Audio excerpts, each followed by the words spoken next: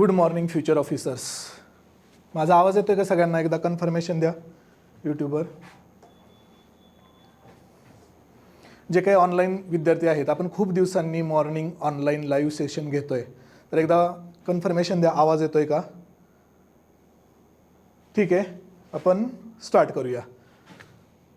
तर भीतीने पोटात गोळा आलाय, थोडीशी धडधड वाढली आहे कॅलेंडरकडे पाहून की 100च दिवस उरलेत आणि माझा काहीच अभ्यास झालेला नाही. तर त्यासाठी आपण आता आजचं सेशन हे आपलं निरर्थक मोटिवेशनल सेशन नसेल, तर अभ्यास नक्की कसा करायचा, स्मार्ट प्लॅनिंग कशी पाहिजे, अशा पद्धतीचं सेशन असणार आहे. तर आहेत सगळे तयार? आहे कन्फर्मेशन? ओके, ठीक आहे. तर आताचे जे 100 दिवस उरलेले आहेत, अभ्यास तर तुमचा चालूच असेल मागच्या 6-7 महिन्यांपासून, पण हे 100 दिवस कन्व्हर्ट कसे करायचे? इथे फक्त अभ्यास करून उपयोग नाही, तर तुमची मानसिकता, तुमचं नियोजन हे व्यवस्थित कसं झालं पाहिजे, त्यासोबतच तुमचा सराव कसा होणार आहे MCQचा, हे पाहणं गरजेचं आहे. तर आता 100 दिवस हे UPSC आणि MPSC या दोन्ही परीक्षांसाठी राहिलेले आहेत, बरोबर आहे. परंतु आता जसं तुम्हाला माहिती आहे की आयोगाने, राज्यसेवा आयोगाने आपला अभ्यासक्रम बदलून पूर्ण तो UPSCला कॉपी पेस्ट केलेला आहे. त्यामुळं पूर्वपरीक्षा असू द्या किंवा मुख्य परीक्षा, जवळजवळ दोन्हींची रणनीती आता UPSC आणि MPSCसाठी सारखीच आहे. ठीक आहे. तर आता आपण याच्या पुढे पाहूया की ह्या 100 दिवसात कसं प्लॅनिंग करायचं, आणि ते प्लॅनिंग तुमच्या एकट्याने शक्य नसेल तर आम्ही ॲज अ सह्याद्री IAS म्हणून तुम्हाला यामध्ये कशी मदत करू शकतो. ठीक आहे. तर करूया चालू. आणि मी हे सर्व का सांगू शकतो, यामागं एक कारण आहे की अशाच पद्धतीने मी ज्यावेळी अभ्यास करायचो त्यावेळी पण हाच प्रॉब्लेम मला यायचा. इथे तुम्ही पाहू शकता की 11 MPSC राज्यसेवा मेन्स, 6 UPSC मेन्स, शेवटचे असेच 90-100 दिवस म्हणजे 3 महिन्याच्या आसपास राहिलेले असायचे. आणि तेवढा वेळ अभ्यास करूनही आत्तापर्यंतच्या प्रिलिम्स सर्वच्या सर्व पास करण्यात मी यशस्वी झालेलो आहे. तर तो अनुभव शेवटचे 90 दिवसांचा कसा ट्रान्सफॉर्म करायचा तुमच्या रिझल्टमध्ये, तो तुमच्यासोबत मी आता शेअर करणार आहे. इथे आपण ते टिपिकल जे असतं, तूच आहे तुझ्या जीवनाचा शिल्पकार वगैरे, त्या टाईपचं मोटिवेशन देणार नाही, तर तुम्हाला एक्झॅक्ट बॅटल प्लॅन देण्यात येईल की स्मार्ट पद्धतीने हे 100 दिवस युटिलाइज करून मेन्सला कसं तुम्हाला बसायचं आहे याच वर्षी. ठीक आहे. का म्हणतोय हे? डिस्क्रिप्टिव्ह पद्धतीचं हे दुसरीच मेन्स असणार आहे. अजून पहिली मेन्स व्हायची आहे, त्यामुळे आपल्याला अंदाज नाही MPSC कसा प्रकारचा पेपर काढते, पण ही दुसरीच मेन्स असणार आहे. त्यामुळे MPSC साधारणतः सोप्या प्रकारचे प्रश्न सुरुवातीच्या पहिल्या 1-2-3 मेन्समध्ये विचारण्याची शक्यता आहे. त्याच अटेम्प्टमध्ये तुम्ही तुमची नैया पार करून जावा अशी आमची अपेक्षा आहे. त्यामुळे प्रिलिम्स हा फर्स्ट हर्डल असतो, तो तुम्हाला क्रॉस करायचा आहे. ठीक आहे. तर आपण चालू करूया. माझं नाव आहे धैर्यशील जगदाळे आणि याच्यात आपण तुमच्या टेम्परामेंटची परीक्षा 100 दिवसात आयोग पाहणार आहे. जो टेम्परामेंट म्हणजेच मानसिकता स्थिर ठेवण्यात यशस्वी झाला, तो प्रिलिम्स क्रॅक करण्यात यशस्वी झाला. हे साधं सोपं गणित तुम्ही लक्षात घ्या. ठीक आहे. चला स्टार्ट करूया. आत्ताच जसं सांगितलं, ही टेम्परामेंटची परीक्षा आहे. जितके तुम्ही स्थितप्रज्ञ राहाल या अभ्यासक्रमात, तितके तुम्ही पुढे निघून जाणार. भीती वाटणं, पोटात गोळा येणं, मला काहीच आठवत नाही असं वाटणं, हे साहजिक आहे आणि तसं वाटणं गरजेचंही आहे. ते का, हे एक सायंटिफिकली तुम्हाला पुढच्या ह्याच्यात सांगतो. हे बघा, आता इथे 100 दिवस आहे. आता पॅनिक मोड की ॲक्शन मोड हे तुम्हाला सर्वांना दिसत असेल. तर इथे बघा, हा जो कर्व दाखवलेला आहे तो आहे डनिंग क्रुगर इफेक्ट. आत्ता तुम्ही सर्व कुठे आहात यामध्ये ते सांगतो आणि हा कर्व कसा वर्क करतो. सुरुवातीला काय असतं, सुरुवातीला तुम्ही छोटा छोटा अभ्यास चालू करता, थोडंफार वाचता, त्यावेळेस एक असं तुम्हाला इल्युजन, भ्रम येतो की खूप सोपं आहे, माझा सर्व अभ्यास झालेला आहे. त्याला सायंटिफिक टर्ममध्ये माउंटन ऑफ स्ट्युपिडिटी म्हणतात. म्हणजे हा जो इथे पॉईंट आहे, इथे काही विद्यार्थी असतात की फक्त वाचलेला, एक प्रॅक्टिस केली नाही, MCQ सोडवलेलं नाही, अजून परीक्षेला सामोरं गेलेलं नाही, पण एक छोटासा फाजील आत्मविश्वास येतो की मला सर्व येतं आहे, आता खूप सोपी परीक्षा आहे. पण जसं जसं तुम्ही खोलात जाता, जास्त पुस्तकं, रेफरन्स बुक्स वाचत जाता किंवा टेस्ट पेपर द्यायला लागता, तसा तसा तुमचा हा आत्मविश्वास कमी व्हायला लागतो. तुम्ही ह्या दरीत कोसळता. त्याला म्हणतात, तुम्हाला वास्तविकतेची म्हणजेच रियालिटीची जाणीव होणे, हा तुमच्यासाठी रियालिटी चेक असतो. तर खूप सारे विद्यार्थी सध्याच्या घडीला या ठिकाणी असतील अशी आशा करतो. म्हणजे काय, आत्मविश्वास कमी होणे, भीती वाटणे किंवा काय वाचलेलं आहे आत्तापर्यंत तेच न आठवणे. बरोबर आहे, याला म्हणतात वास्तविकता किंवा रियालिटी चेक. परंतु याला निगेटिव्हली घेऊ नका, हे गरजेचं आहे. आत्ता हा रियालिटी चेक येणं गरजेचं आहे, म्हणजेच वास्तविकतेची जाणीव होणं गरजेचं आहे. तरच तुम्ही या एक्झामला सिरियसली घ्याल. तुम्ही या वरच्या डोंगराच्या ठिकाणी नाही पाहिजे, माउंटन ऑफ स्टुपिडिटीला नाही पाहिजे, तर तुम्ही इथे रियालिटी चेकला पाहिजे आत्ता. आणि शक्यतो सर्व विद्यार्थी आत्ता असतीलच. बरोबर आहे. मग इथे सिरियसनेस आल्यामुळं काय होतं, आपण त्या प्रकारे ॲक्शन घ्यायला चालू करतो की आता भीती वाटते. भीती वाटणे आत्ताच्या घडीला हे अपयशाचं तुमचं अपयशाचं हे नाही आहे, सिम्पटम नाही आहे की तुम्ही अपयशीच होणार आहे. उलट हे काय रियालिटी चेक करून तुम्ही त्या पद्धतीने ॲक्शन घ्यायला चालू करणार आहे. जर भीतीच वाटत नसेल आणि खूप फाजील आत्मविश्वास असेल तर तुम्ही त्या पद्धतीने योग्य स्मार्ट तयारी करणार नाही आणि परीक्षेला मग तुमचा हा जो आत्मविश्वास आहे तो ढासळेल. त्यापेक्षा आत्ताच तुम्ही थोडेसे सिरियस नोटमध्ये अंडर प्रेशर म्हणजेच भीतीच्या खाली असताल तर तुम्ही योग्य पद्धतीने हा जो चढ आहे तो पार करणार आहे. हा चढ कशाचा आहे, तुम्ही क्लिअरिटीकडे म्हणजेच ॲक्शन ओरिएंटेड स्टडी चालू करणार आहे. त्यामुळे परत एकदा सांगतो, आत्ता भीती वाटत असेल तर ते साहजिक आहे, ते निगेटिव्हली घेऊ नका. त्यामुळे अभ्यास सोडून देऊ नका. उलट भीती वाटणे हे यशाचं गमक आहे हे समजून अभ्यास चालू करा. बरोबर आहे. यालाच म्हणतात डनिंग क्रुगर इफेक्ट. हे सायंटिफिकली प्रूव्हन आहे. हे फिलॉसॉफीमधला हा एक कर्व तुम्हाला शिकवला मी आत्ता. ठीक आहे. म्हणजेच काय, भीती वाटणे म्हणजेच तुम्हाला वास्तवाचं भान आहे, एवढं समजून घ्या. फक्त आता त्या भीतीला तुमच्या ॲक्शनकडे कसं परावर्तित करायचं हे पुढच्या अर्धा तासाच्या लेक्चरमध्ये मी तुम्हाला सांगणार आहे. आणि जर तुम्हाला स्वतःहून अशा ॲक्शन ओरिएंटेड अप्रोचकडे वळता येत नसेल तर सह्याद्री IAS तुम्हाला कशी मदत करेल, आपण काय प्रोग्राम लॉन्च करतोय हे तुम्हाला पुढच्या अर्ध्या तासात समजवण्यात येईल. आहेत सगळे बरोबर? ओके. तर बघा, आता तुमचा गोल काय आहे की जे इल्युजन आहे, इल्युजन म्हणजे तुम्ही ज्या भ्रमात आहे आत्मविश्वासाच्या, त्याच्याकडून क्लॅरिटीकडे म्हणजेच वास्तवाकडे तुम्हाला घेऊन जाणं. ठीक आहे. याच्यात ते बाकीचे जे टिपिकल असतं की तुम्ही 16-16 तास अभ्यास करतायत. आता कुठेही पुण्यातल्या किंवा महाराष्ट्रातल्या कोणत्याही लायब्ररीत जाऊन बसा, विद्यार्थी 10-12 तास 16-16 तास अभ्यास करतायत. पण फक्त अभ्यास म्हणजेच यश याची खात्री आहे का तुम्हाला? तुम्ही आत्तापर्यंत खूप वेळा पाहिले असतील आजूबाजूचे पूर्ण दिवस रात्र अभ्यास करतायत पण यश येत नाही आहे.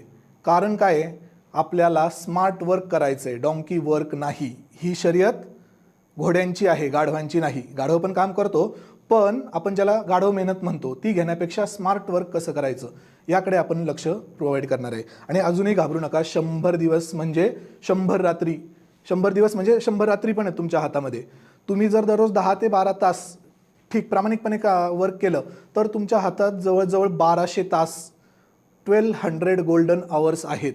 ते फक्त कसे युटिलाइज करायचे ते आपण या लेक्चरमध्ये पाहूया. आहेत सर्व बरोबर? ओके. चला पुढे.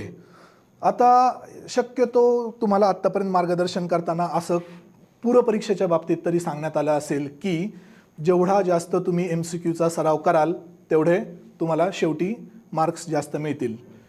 काही अंशी हे बरोबर आहे, पण नवीन जर विद्यार्थी असेल, तुम्ही अभ्यास चालू केला असेल तर डायरेक्ट MCQ सॉल्व करण्यात काहीही अर्थ नाही. सुरुवातीला तुमचं बेस पक्काच पाहिजे. तुमचं वाचन त्या विषयाबद्दल झालं पाहिजे, तरच तुम्ही त्या वाचलेल्या विषयाचा संदर्भ घेऊन MCQमध्ये अप्लाय करू शकता. नाहीतर काय होतं, पूर्ण गोळे मारण्याची पद्धत, तुक्का मारणे ज्याला म्हणतात.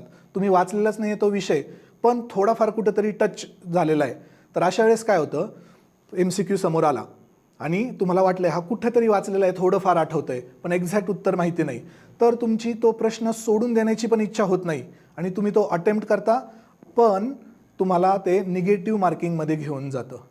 हे लक्षात आलं? एक तर शून्य माहिती असणं कधीही ठीक आहे आणि किंवा पूर्ण माहिती असणं, हे जे मध्ये तुम्ही अडकलेले आहात की वाचलेलं आहे कुठेतरी, काहीतरी एखादा पर्याय त्यातला ओळखीचा वाटतोय आणि त्यामुळं तुम्ही अटेम्प्ट करण्याचा प्रयत्न करताय, तर ते तुम्हाला निगेटिव्ह मार्किंगकडे घेऊन जातं. म्हणून हा रूल लक्षात ठेवा. काय आहे गोल्डन रूल किंवा अभ्यासाचा फ्लो कसा असावा? गोल्डन रूल काय आहे?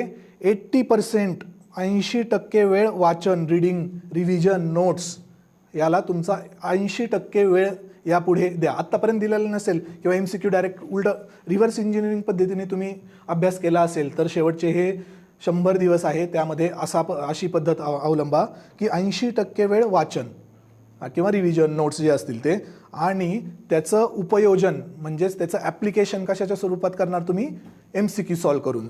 म्हणजेच काय, उरलेले 20% जो 20% वेळ आहे तो MCQ प्रॅक्टिस करण्यामध्ये. आता फक्त MCQ प्रॅक्टिस करून भागणार नाही. तो का चुकला म्हणजे तिथे 3-4 प्रकार असतात, ते पुढे घेऊच आपण. MCQ कशामुळे चुकला, त्याचं विश्लेषण कसं करून घेतलंय तुम्ही, आणि विश्लेषणानंतर सुधारणा करून पुढच्या MCQ मध्ये ते परत अप्लाय कसं केलेलं आहे, तुमचं केलेलं विश्लेषण हे करणं महत्त्वाचं आहे. नाहीतर तुम्ही मोठे मोठे ठोकळे घेता 25-25 हजाराचे आणि सॉल्व करत बसता, पण त्याच्यावर विश्लेषण करत नाही की का चुकलं.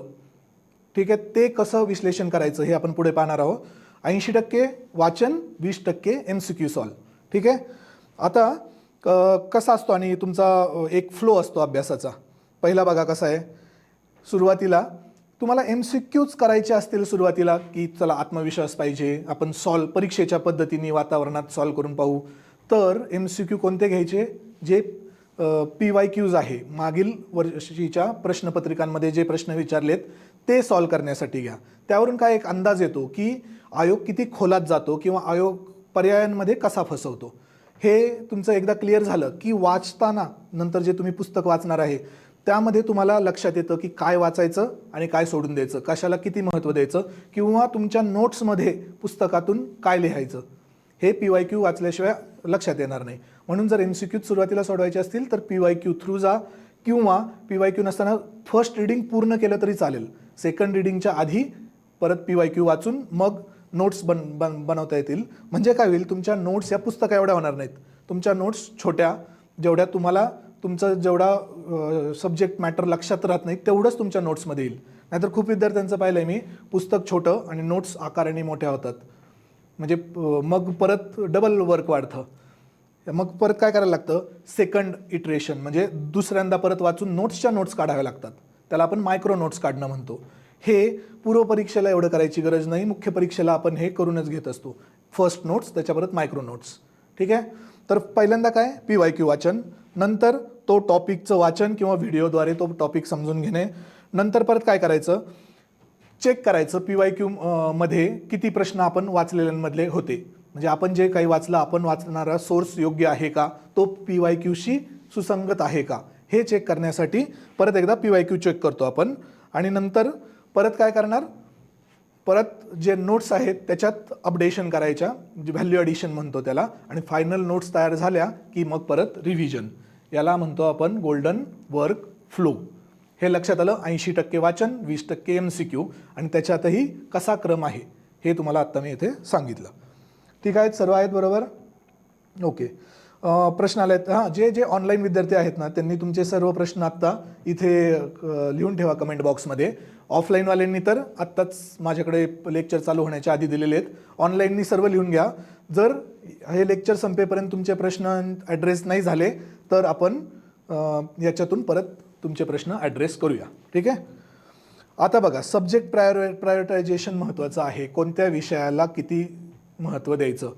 त्याच्यासाठी आहे ना 1, 2, 3 नियम आहेत. प्रत्येकाने वेगवेगळ्या पद्धतीचं प्रत्येकाचा अभ्यासाची मेथड असते. काही जण नोट्स काढून करतात, काही जण फक्त पुस्तकात हायलाईट्स करून परत पुस्तकाचीच रिव्हिजन खूप वेळा करतात. ठीक आहे. तर मी तुम्हाला 1, 2, 3 फ्लो सांगतो याचे. ठीक आहे.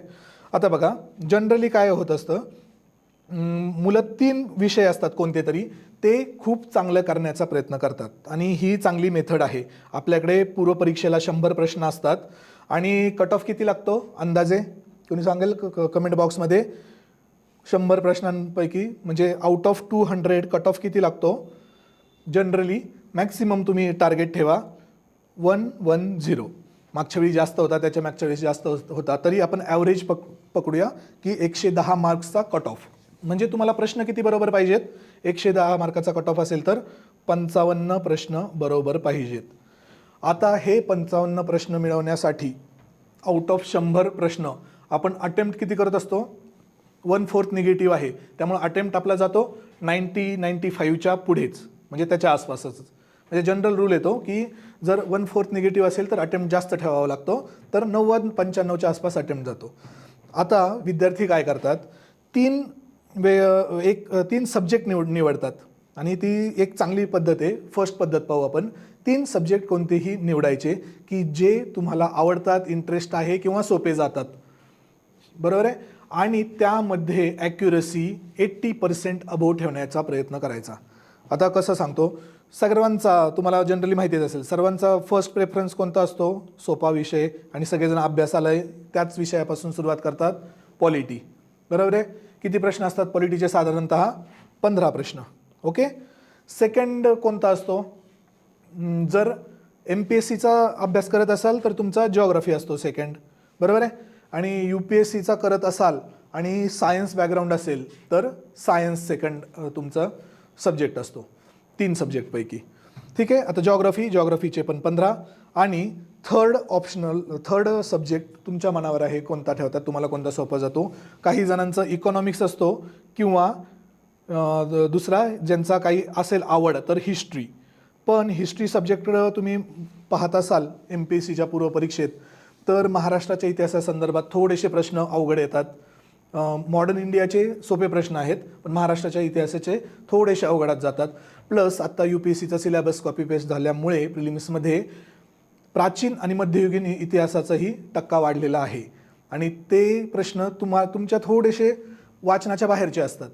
त्यामुळे हिस्ट्री सब्जेक्ट या 3मध्ये नाही पकडला तर पॉलिटी, जिओग्राफी आणि इकॉनॉमिक्स या 3 सब्जेक्टमध्ये तुम्हाला ॲक्युरसी 80% अबोव ठेवायची आहे. आता या 3 सब्जेक्टचे मिळून किती झाले प्रश्न? 45. आणि त्याच्यामध्ये 80% ॲक्युरसी म्हणजे कसं? 80, 85, 90 असं पकडा. 85 पकडू आपण ॲक्युरसी 45 पैकी. तर अराऊंड किती होतील? 37-38 प्रश्न इथंच तुमचे बरोबर यायला पाहिजेत. किती? 37 क्वेश्चन्स. आता तुम्हाला टोटल किती पाहिजे होते कट ऑफ क्रॉस करण्यासाठी? 55 क्वेश्चन्स. तुमचे बरोबर किती आले इथे? 37 क्वेश्चन्स. उरले किती? साधारणतः 18 प्रश्न. तर तुम्हाला आता 18 प्रश्न कशातून काढायचे सांगतो. 18 प्रश्न आणि ह्या 55 उरलेल्या 55 प्रश्नांपैकी फक्त 18 प्रश्न तुम्हाला बरोबर आणायचे आहेत. म्हणजे सब्जेक्ट कोणते उरले? Science and technology, current affairs आणि पर्यावरण असेल. ह्या 3-4 सब्जेक्टमधून तुम्हाला 18 प्रश्न बरोबर आणायचे आहेत. ही एक मेथड कळाली अभ्यासाची आणि हे शक्य आहे. 55मधून 18 प्रश्न आरामात निघतात. फक्त आपण काय करतो इथे या 3 सब्जेक्टकडे जास्त फोकस करतो, पॉलिटी, जिओग्राफी, इकॉनॉमिक्स, आणि इथे ॲक्युरसी वाढवण्याचा प्रयत्न करतो.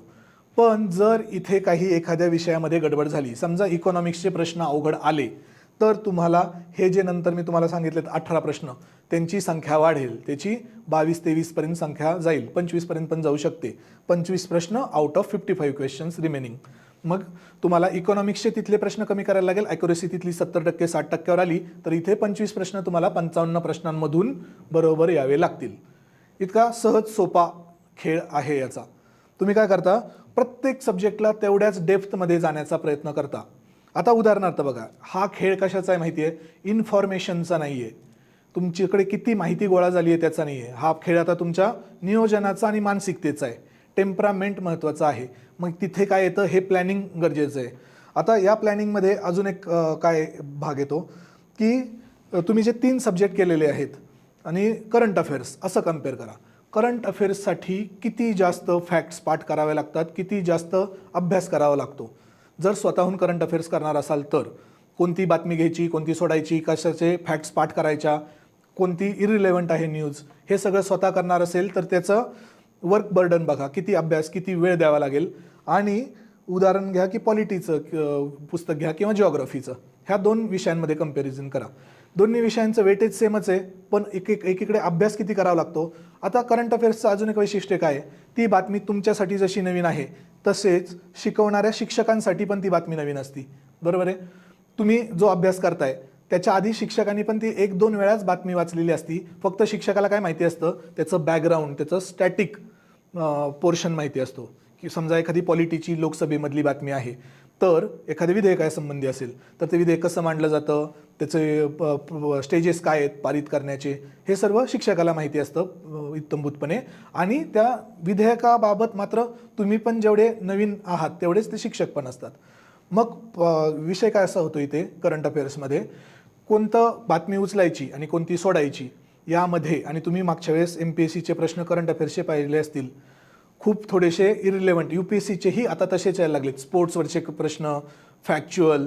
आमच्या काळात तर एखाद्या योजनेचा झेंडा कोणी फडकवला म्हणजे कोणाच्या तरी पत्नीने असेल मंत्र्याचे, अशा प्रकारचे प्रश्न येत जायचे. मग या विषयात तुम्ही किती खोलात जाणार, हॉरिझॉन्टली पण आणि व्हर्टिकली पण, तो प्रॉब्लेम असतो. म्हणून काय म्हणत असतो मी की हे जे स्टॅटिक सब्जेक्ट आहेत ते 3 पक्के करा. त्यामधले लो हँगिंग फ्रूट्स, जे सोपे प्रश्न असतात ते चुकू द्यायचे नाहीत. सोपे प्रश्न म्हणजे अशा प्रकारचे प्रश्न की ज्यामध्ये बाकीचे 90% विद्यार्थी बरोबर येणार आहेत. कारण की तो प्रश्न चुकला तर तुम्ही त्या 90%च्या मागे पडणार आहेत परीक्षेमध्ये. ही प्रिलिम्स परीक्षा कंपॅरिझनची आहे. कट ऑफ असतो ना त्याला, तो तुम्हाला पार करायचा आहे. ते तुम्हाला टॉप नाही करायचं. कंपॅरिझनमध्ये कसं करायचं, दुसऱ्यांचा प्रश्न बरोबर आला आणि तुमचा चुकलाय की तुम्ही मागे पडणार. मग अशा सोप्या प्रश्नांमध्ये काय होतं, 90% लोकांचा तो प्रश्न बरोबर असतो, पण तुमचा जर चुकला तर तुम्ही 90% विद्यार्थ्यांच्या मागे जाता. पण करंट अफेअर्सचा प्रश्न समजा तुमचा चुकला तर काय होतं, तो प्रश्न 90% विद्यार्थ्यांचा बरोबर नसता आलेला. तो प्रश्न तुम्ही फक्त कॉम्पिटिशनमध्ये 20% लोकांच्या मागे पडलेले असतात. जर अवघड प्रश्न असेल करंट अफेअर्सचा, तो फक्त 20%च विद्यार्थ्यांना सुटणार आहे आणि तुम्ही 20%च विद्यार्थ्यांच्या मागे पडणार आहे. पण सोपे प्रश्न, उदाहरणार्थ जे कायम रिपीट होतात, समाजसुधारकांचे असतील किंवा कलम असतील, जे मूलभूत हक्कांच्या संबंधित असतील, पंचायती राजचे असतील, हे प्रश्न जर तुमचे चुकले तर तुम्ही 90% विद्यार्थ्यांच्या मागे पडता. ही कंपॅरिझन, कॉम्पिटिटिव्ह एक्झामिनेशन म्हणूनच त्याला म्हणतात. इथे तुम्ही बाकीचे विद्यार्थी जे तुमच्याबरोबर परीक्षा देत आहेत त्यांच्याशी स्पर्धा करतायत, ना की 35% मार्काबरोबर, जे 10वी-12वीला होते की 35% मिळाले तर तुम्ही पास. इथे तसं नाही. इथं तुम्ही पास कधी, ज्यावेळी तुमचा एखादा प्रश्न बरोबर येणार आहे आणि तुमच्या बरोबर परीक्षा देणाऱ्या विद्यार्थ्याचा तो प्रश्न चुकणार आहे. आलं लक्षात कॉम्पिटिटिव्ह एक्झामिनेशनचं हे. आणि हे खास करून पूर्वपरीक्षेत जशाच्या तसं लागू होतं. आता मी तुम्हाला जे सांगतोय ते UPSC आणि MPSC याच्यासाठी जवळजवळ सारखीच पद्धत आहे. पुढे जसं विषयांना प्रायोरिटी देण्याची स्लाईड येईल त्यावेळी तुम्हाला UPSCला कोणते विषय आणि MPSCला कोणते विषय समोर ठेवायचे, जास्त प्राधान्य द्यायचं, ते सांगतो तुम्हाला. ही पद्धत लक्षात आली.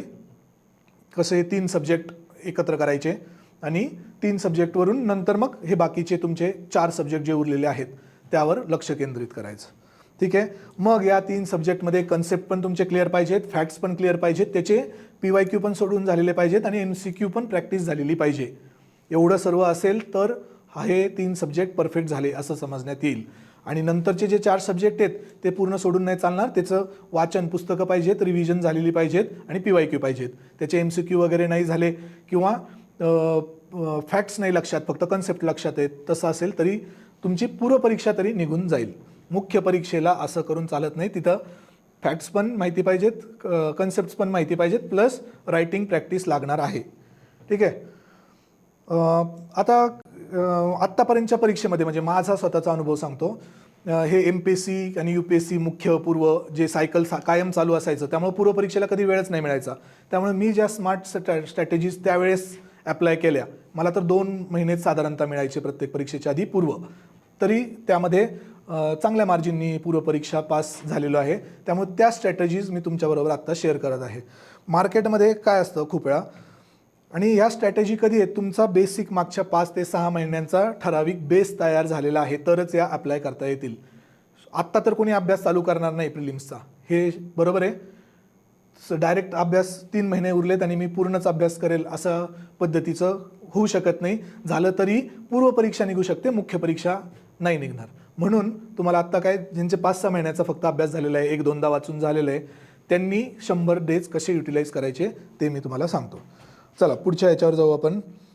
आता सब्जेक्ट प्रायोरिटायझेशन सांगितलं, 3 सब्जेक्ट तुम्ही निवडले वगैरे, हे एक स्टँडर्ड आहे. हे UPSC आणि MPSC या दोन्हीच्या बाबतीत हा पिरॅमिड आहे. तरी मी तुम्हाला थोडंसं त्याचं पण डिव्हिजन करून देतो. कारण की कसं झालं आहे, MPSC पूर्वपरीक्षेचा सिलेबस जरी UPSC पूर्वपरीक्षेसारखा झाला असला तरी प्रश्नांचा पॅटर्न चेंज झालेला नाही. MPSC आत्तापर्यंत जशा प्रकारचे प्रश्न विचारत होती तसं तोच पॅटर्न त्यांनी कंटिन्यू ठेवलेला आहे. UPSCचा पॅटर्न वेगळा असतो. म्हणजे उदाहरण देतो तुम्हाला, एखादी फॅक्ट समजा MPSCच्या परीक्षेत आली प्रश्नामध्ये किंवा ऑप्शनमध्ये, तर MPSCच्या परीक्षेत असेल ती फॅक्ट, तर आपण लगेच ती फॅक्ट चुकीची आहे असं पकडतो आणि शक्यतो ते बरोबर पण असतं. फॅक्टमध्ये MPSC फसवते. पण UPSCच्या पेपरमध्ये जर फॅक्ट आली, तारीख आली, काही आलं ऑप्शनमध्ये, तर विद्यार्थी UPSC करणारे ते बरोबरच आहे. फॅक्टमध्ये UPSC शक्यतो फसवत नाही. तारीख असेल तर ती योग्यच देतात, पण MPSCने आत्तापर्यंत खूप वेळा तारखांमध्ये फसवलेला आहे. हा फरक कळला. त्यामुळे MPSCचा अभ्यास करताना आपण त्या फॅक्ट्स लक्षात ठेवणार, तारखा कलम लक्षात ठेवतो. UPSCचा अभ्यास करताना एवढं लक्षात ठेवण्याची गरज नसती. UPSCचा अभ्यास करताना ॲनालिसिस म्हणजे विश्लेषण त्याचं कन्सेप्ट आपण लक्षात ठेवतो. हे असे फरक असल्यामुळे विषयांचा अभ्यास करण्याची पद्धत बदलते. म्हणजे उदाहरणार्थ पॉलिटीमध्ये तिथे काय होणार, तिथे तुम्हाला राष्ट्रपती राजवट का लागू केली जाते त्याचे म्हणजे ॲनालिटिक्स विश्लेषणात्मक ऑप्शन्स तयार करून देणार. आणि MPSCत तोच प्रश्न आला तर तिथे कसं येणार, आत्तापर्यंत कधी राष्ट्रपती राजवट लागू झाली आहे, त्याचे कलम काय, किती दिवस लागू शकते, परत मेजॉरिटी कशी असते, पूर्ण बहुमताने कसं असतं, हे सर्व फॅक्च्युअल प्रश्न ऑप्शनमध्ये दिसतील. पण अजून एक पद्धत आहे. MPSC प्रश्न कितीही अवघड काढत असली तरी त्यांना अजून ऑप्शन्स तशा पद्धतीने ट्विस्ट म्हणजे फसवे ऑप्शन्स तयार करता आलेले नाहीत. त्यामुळे प्रश्न प्रथमदर्शनी कितीही अवघड वाटला तरी तिथं घाबरून जायचं नाही. ऑप्शनमधून तुम्ही उत्तर काढू शकता. ऑप्शन्स अजून त्यांना जमलेले नाहीत. मागच्याच वर्षीचा प्रश्न बघा, एक क्रिप्स मिशन, कॅबिनेट मिशन, त्या बाबतीत एक प्रश्न आला होता. त्यांनी ऑप्शन्स कसे द्यायला पाहिजे होते, हे जवळजवळच्या मिशन्स ज्या येऊन गेल्या होत्या, क्रिप्स, कॅबिनेट, त्रिमंत्री योजना वगैरे, हे सगळे जे ऑगस्ट ऑफर, हे जे ऑप्शन्स आहेत ते द्यायला पाहिजे होते. तर त्यांनी क्रिप्स मिशनला पर्याय म्हणून ऑप्शन काय दिला, मॉन्टेग्यू चेम्सफर्ड कायदा. म्हणजे एवढं तुम्ही साधं सोपं जरी वाचलेलं असेल की मॉन्टेग्यू चेम्सफर्ड कोणत्या काळात होता आणि क्रिप्स मिशन कधी आली होती, हे जरी तुम्हाला माहिती असेल तरी उत्तर निघतं. म्हणजे प्रश्न किती अवघड काढला तरी ऑप्शन्स तसे त्यांना मॅनेज करता येत नाहीत. त्यामुळे प्रश्न वाचूनच लगेच सोडून नाही द्यायचा, घाबरून नाही जायचं. ऑप्शन्स पहा, ऑप्शनमधून लगेच तुम्हाला कळेल की हे दोन ऑप्शन तर लगेच जागेवरच कट होत आहेत. उरलेल्या 2मध्ये थोडंसं कन्फ्युजन असलं तर असू शकतं, नाहीतर तिन्ही ऑप्शन्स कट होतात MPSCमध्ये. ठीक आहे, तिथपर्यंत पण तुम्ही डोकं शांत ठेवायला पाहिजे ऑप्शन्स वाचेपर्यंत त्या प्रश्नाचा. पण UPSCत तसं नसतं. UPSCमध्ये 1, 2, 2, 3, 1 and 3 अशा पद्धतीचे ऑप्शन्स खूप जास्त ट्विस्ट करून वापरलेले असतात. तिथे जास्तीत जास्त 2च ऑप्शन्स एलिमिनेट होतात. 2 ऑप्शनमध्ये तुम्हाला एक्झॅक्ट उत्तर माहितीच पाहिजे तरच तुम्ही ते उत्तर टिक करू शकता, नाहीतर रिस्क घ्यावी लागती. 2 पैकी 1 कोणतं तरी टिक करावं लागतं. हा बेसिक फरक कळला पूर्व परीक्षेच्या बाबतीत MPSC आणि UPSC मधला. आता सब्जेक्ट प्रायोरिटायझेशनकडे जाऊ. आता जे हाय स्कोरिंग असतात किंवा तुम्ही ते 3 निवडलेले आहेत त्याचा अभ्यास पहिल्या सकाळच्या सेशनमध्ये, जो फ्रेश सेशन असतो जिथे प्रोडक्टिव्हिटी हाय असते, त्या सेशनमध्ये ते प्रायोरिटी दिलेले 3 सब्जेक्ट तुम्ही करायचे. म्हणजे उदाहरणार्थ कसे, पॉलिटी, जिओग्राफी, इकॉनॉमिक्स असेल किंवा ज्यांचं सायन्स बॅकग्राऊंड आहे त्यांनी सायन्स टेक ठेवला तरी टेक्नॉलॉजी नसतं. MPSCला काय असतं, सामान्य विज्ञान, जनरल सायन्स. UPSCला सायन्स अँड टेक्नॉलॉजी. म्हणजे फरक काय, इकडे फिजिक्स, केमिस्ट्री, बायोलॉजी यांचे स्टॅटिक प्रश्न येतात MPSCमध्ये. UPSCमध्ये ॲप्लाइड म्हणजे करंट अफेअर्समधल्या ज्या टेक्नॉलॉजीच्या न्यूज आहेत त्यावरही पूर्व परीक्षेत प्रश्न येतात. हा फरक कळला. UPSCचा जे अभ्यास करत असतील त्यांनी करंट अफेअर्सचं सायन्स टेक्नॉलॉजीवर भर द्यायचा. MPSCसाठी जे अभ्यास करत असतील त्यांनी स्टॅटिक, फिजिक्स, केमिस्ट्री, बायोलॉजीवर भर द्यायचा. ठीक आहे, हे 3 सब्जेक्ट तुम्ही सकाळच्या स्लॉटमध्ये करू शकता. नंतर काय आहे, मीडियम स्कोरिंग. आता इथे मी हिस्ट्री का मीडियम स्कोरिंगमध्ये ठेवलेलं आहे, आधीचे जर तुम्ही प्रिलिम्सचे, पूर्व परीक्षेचे किंवा MPSCचे मुख्यचेही पेपर पाहिले तर हिस्ट्री सब्जेक्ट खूप जास्त फॅक्च्युअल होता. कधीही न वाचलेल्या म्हणजे कधीही न ऐकलेल्या लोकांची नावं पर्यायामध्ये होती. ते अवघड याच्यात. आणि त्याच्या विरुद्ध भूगोल असायचं. भूगोलाचे प्रश्न खूप सोपे आणि हिस्ट्रीचे प्रश्न खूप अवघड फॅक्च्युअल. म्हणून मी आता दोन्हींचे ॲव्हरेज काढून हिस्ट्री मीडियम स्कोरिंगमध्ये ठेवलेलं आहे. कारण की जर एन्शियंट मिडिव्हलचे किंवा महाराष्ट्राच्या इतिहासासंबंधी प्रश्न आले तर ते अवघड कॅटेगरीमध्ये येणार आहेत आणि मॉडर्न हिस्ट्रीचे प्रश्न आले तर ते सोप्या कॅटेगरीमध्ये येतात. ठीक आहे, त्यामुळे हे तुमचे मीडियम स्कोरिंग आणि लो स्कोरिंग. मागच्या वेळेस आयोगाने पूर्व परीक्षेत संस्कृती म्हणजेच इंडियन कल्चरवर प्रश्न नाही विचारलेले, पण ते आपल्या सिलेबसमध्ये आहेत. ॲन्शियंट मिडिव्हलवर प्रश्न आलेले आहेत, प्राचीन मध्ययुगीनवर, पण कल्चरवर नाही विचारले. हे जे टॉपिक्स असतात प्राचीन, मध्ययुगीन, इंडियन कल्चर किंवा करंट अफेअर्सचे काही फॅक्च्युअल पार्ट, हे अवघड कॅटेगरीमध्ये ठेवलेले आहेत. अवघड म्हणजे काय, इनपुट आउटपुट रेशो याचा खूप कमी आहे. इनपुट आउटपुट रेशोचा अर्थ काय, तुम्ही जेवढा वेळ अभ्यास करता त्याचं कन्व्हर्जन मार्क्समध्ये होतंय की नाही, हा रेशो. तुम्ही पॉलिटीचा 10 तास अभ्यास केला आणि तुम्ही करंट अफेअर्सचा 10 तास अभ्यास केला, तर पॉलिटीचे 4 प्रश्न सुटतील, करंट अफेअर्सचा 1 प्रश्न सुटेल. म्हणजे इनपुट आउटपुट रेशो कशाचा कमी आहे, करंट अफेअर्सचा. हे प्रश्न अवघड त्या पद्धतीने म्हणतोय हे विषय, प्राचीन, मध्ययुगीन, भारताची संस्कृती, करंट अफेअर्स, की यांचा इनपुट आउटपुट रेशो खूप कमी आहे. आता शेवटचे 100 दिवस राहिले, तिथे तुम्हाला वेळेचा विचार करावा लागणार आहे. 1200 तास जे म्हटलं तुम्हाला मी, ते गोल्डन आवर्स का, ते जर तुम्ही स्मार्टपणे वापरले, अशा पद्धतीने सगळं सेक्शन वाईज डिवाईड करून, तर तुम्ही त्या वेळेचा सदुपयोग कराल.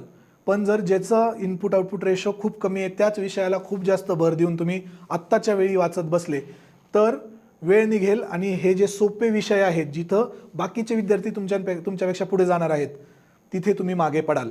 आणि जिथं 20% विद्यार्थी तुमच्यापेक्षा पुढे जाणार आहेत ॲन्शियंट मिडिव्हल सारख्या विषयांमध्ये, तिथे तुमचे उत्तरं बरोबर येऊन तुम्हाला पाहिजे तेवढं लीड मिळणार नाही. आलं लक्षात हे? आहेत सगळे? ओके, प्रश्न विचारतायत, ठीक आहे, प्रश्न विचारून ठेवा इथे तुम्ही कमेंट बॉक्समध्ये, आपण लेक्चरच्या शेवटी ते ॲड्रेस करू. हे प्रायोरिटी कळाली, सब्जेक्ट वाईज कशी असती. नेक्स्ट, आता विद्यार्थी ज्या विषयांना घाबरतात तिकडे थोडंसं आपण जास्त लक्ष केंद्रित करणार आहोत. उदाहरणार्थ, हा जो विषय आहे सायन्स अँड टेक्नॉलॉजी, त्याला विद्यार्थी खूप घाबरतात. कसं, एकतर विद्यार्थ्यांचं बॅकग्राऊंड सायन्सचं नसतं, आणि दुसरं काय आहे की सायन्सचे थोडेसे कन्सेप्च्युअल यायला लागलेले आहेत. किंवा फिजिक्सचे उदाहरणार्थ बघा, फिजिक्समध्ये ते सम्स, मॅथमॅटिकल सम्स जे हे असतात, तुम्हाला सूत्र वापरून गणितं सोडवायचे असतात, ते फिजिक्समध्ये विचारण्यात येतात. 4 ते 5 प्रश्न. आत्ता यावर्षी कमी होते, पण 4 ते 5 प्रश्न साधारणतः असतात. किंवा केमिस्ट्रीमध्ये ते तुमचं जे केमिकल इक्वेशन आहे त्यावरही प्रश्न, किंवा मोलर कन्सेप्ट, मोलर कन्सेप्ट, हे सगळ्यांवर हे टेक्निकल प्रश्न आहेत. त्याचा जर अभ्यास करायचा तर खूप खोलात, म्हणजे तुम्हाला कन्सेप्ट समजून घेऊनच तो प्रश्न सोडवता येतो. त्यामुळे विद्यार्थी, इथे पाठांतराचा भाग नाही आहे, विद्यार्थ्यांना सवय असते पाठांतर करायची, त्यामुळे विद्यार्थी सायन्स टेक विषय थोडासा मागं ठेवतात. पण ज्यांचं सायन्स बॅकग्राऊंड आहे, किंवा तुम्हाला माहितीच असेल आत्ताच्या काळात इंजिनियर्स लोकांचा सुळसुळाट झालेला आहे स्पर्धा परीक्षेमध्ये, त्यामुळे त्यांना इथे लीड मिळू शकतं सायन्स सेक्शनमध्ये, खास करून फिजिक्स केमिस्ट्रीमध्ये. बायोलॉजी पाठांतराचा भाग आहे, ते सर्वजण करतात. फिजिक्स केमिस्ट्री थोडासा समजून घेण्याचा कन्सेप्च्युअल पार्ट आहे, म्हणून तो दुर्लक्षित होतो. आणि 10-1 प्रश्न विद्यार्थ्यांचे सुटून जातात, ओळखीचेच नसतात एक्झाममध्ये आल्यावर. मग आता 100 दिवसांचा वेळ आहे, तर सुरुवात तुम्ही अशा विषयांपासून करू शकता, सायन्स टेक्नॉलॉजी, किंवा अजून कन्सेप्च्युअल प्रश्न कशात येतात, इकॉनॉमिक्समध्ये वेगवेगळे थेरम्स विचारले जात आहेत, त्या विषयांपासून तुम्ही सुरुवात करू शकता. आत्ता सह्याद्री IAS अकॅडमी जो क्रॅश कोर्स घेऊन येणार आहे ना, तिथंही आम्ही मुद्दामून अशाच पद्धतीने त्याचं स्ट्रॅटेजी ठेवलेली आहे की सायन्सचे, इकॉनॉमिक्सचे सब्जेक्ट सुरुवातीला होतील, आणि नंतर जे ट्रॅडिशनल सब्जेक्ट असतात, जे विद्यार्थी सुरुवातीला अभ्यास करून बसलेलेच असतात, पॉलिटी, हिस्ट्री, ते सब्जेक्ट शेवटी परीक्षा जशी जवळ येईल तशी. पण सुरुवातीला हे जे बागलबुवा केलेले विषय आहेत, सायन्स टेक्नॉलॉजी आणि इकॉनॉमिक्स, किंवा एन्शियंट मिडिव्हल, महाराष्ट्राचा भूगोल, महाराष्ट्राचा इतिहास, हे सुरुवातीला कव्हर केले जाणार आहेत त्या क्रॅश कोर्समध्ये. त्याची माहिती पुढे सांगेलच तुम्हाला.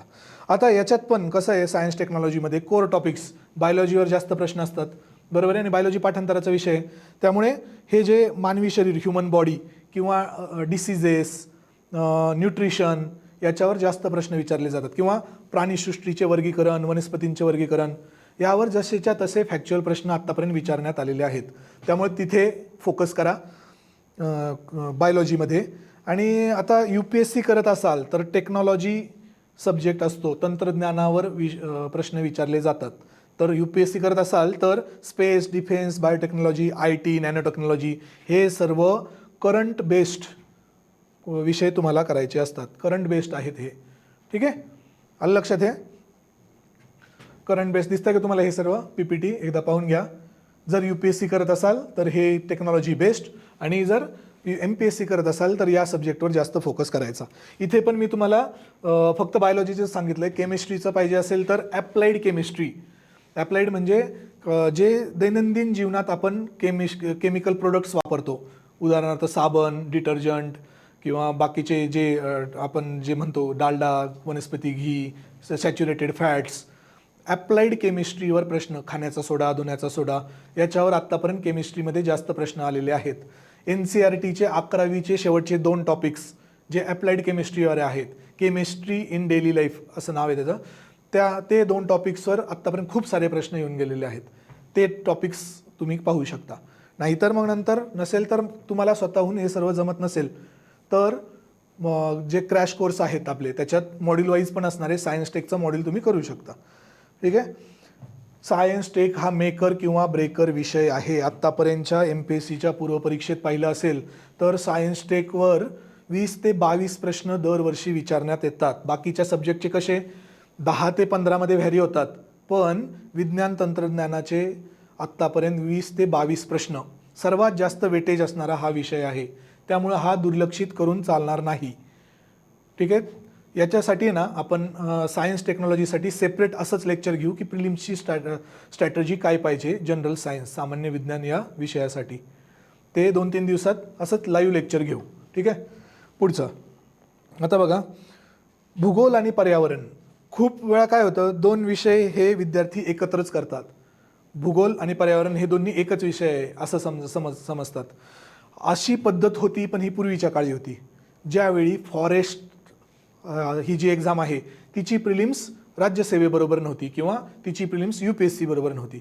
ज्यावेळी UPSC आणि फॉरेस्ट या दोन्हींच्या प्रिलिम्स सारख्या केल्या त्यावेळेस फॉरेस्टवाल्या विद्यार्थ्यांना पण थोडंसं वाटलं पाहिजे की त्यांची परीक्षा आहे, म्हणून पूर्वपरीक्षेत पर्यावरण विषयाचं वेटेज वाढवण्यात आलेलं आहे, UPSCच्या पण आणि MPSCच्या पण.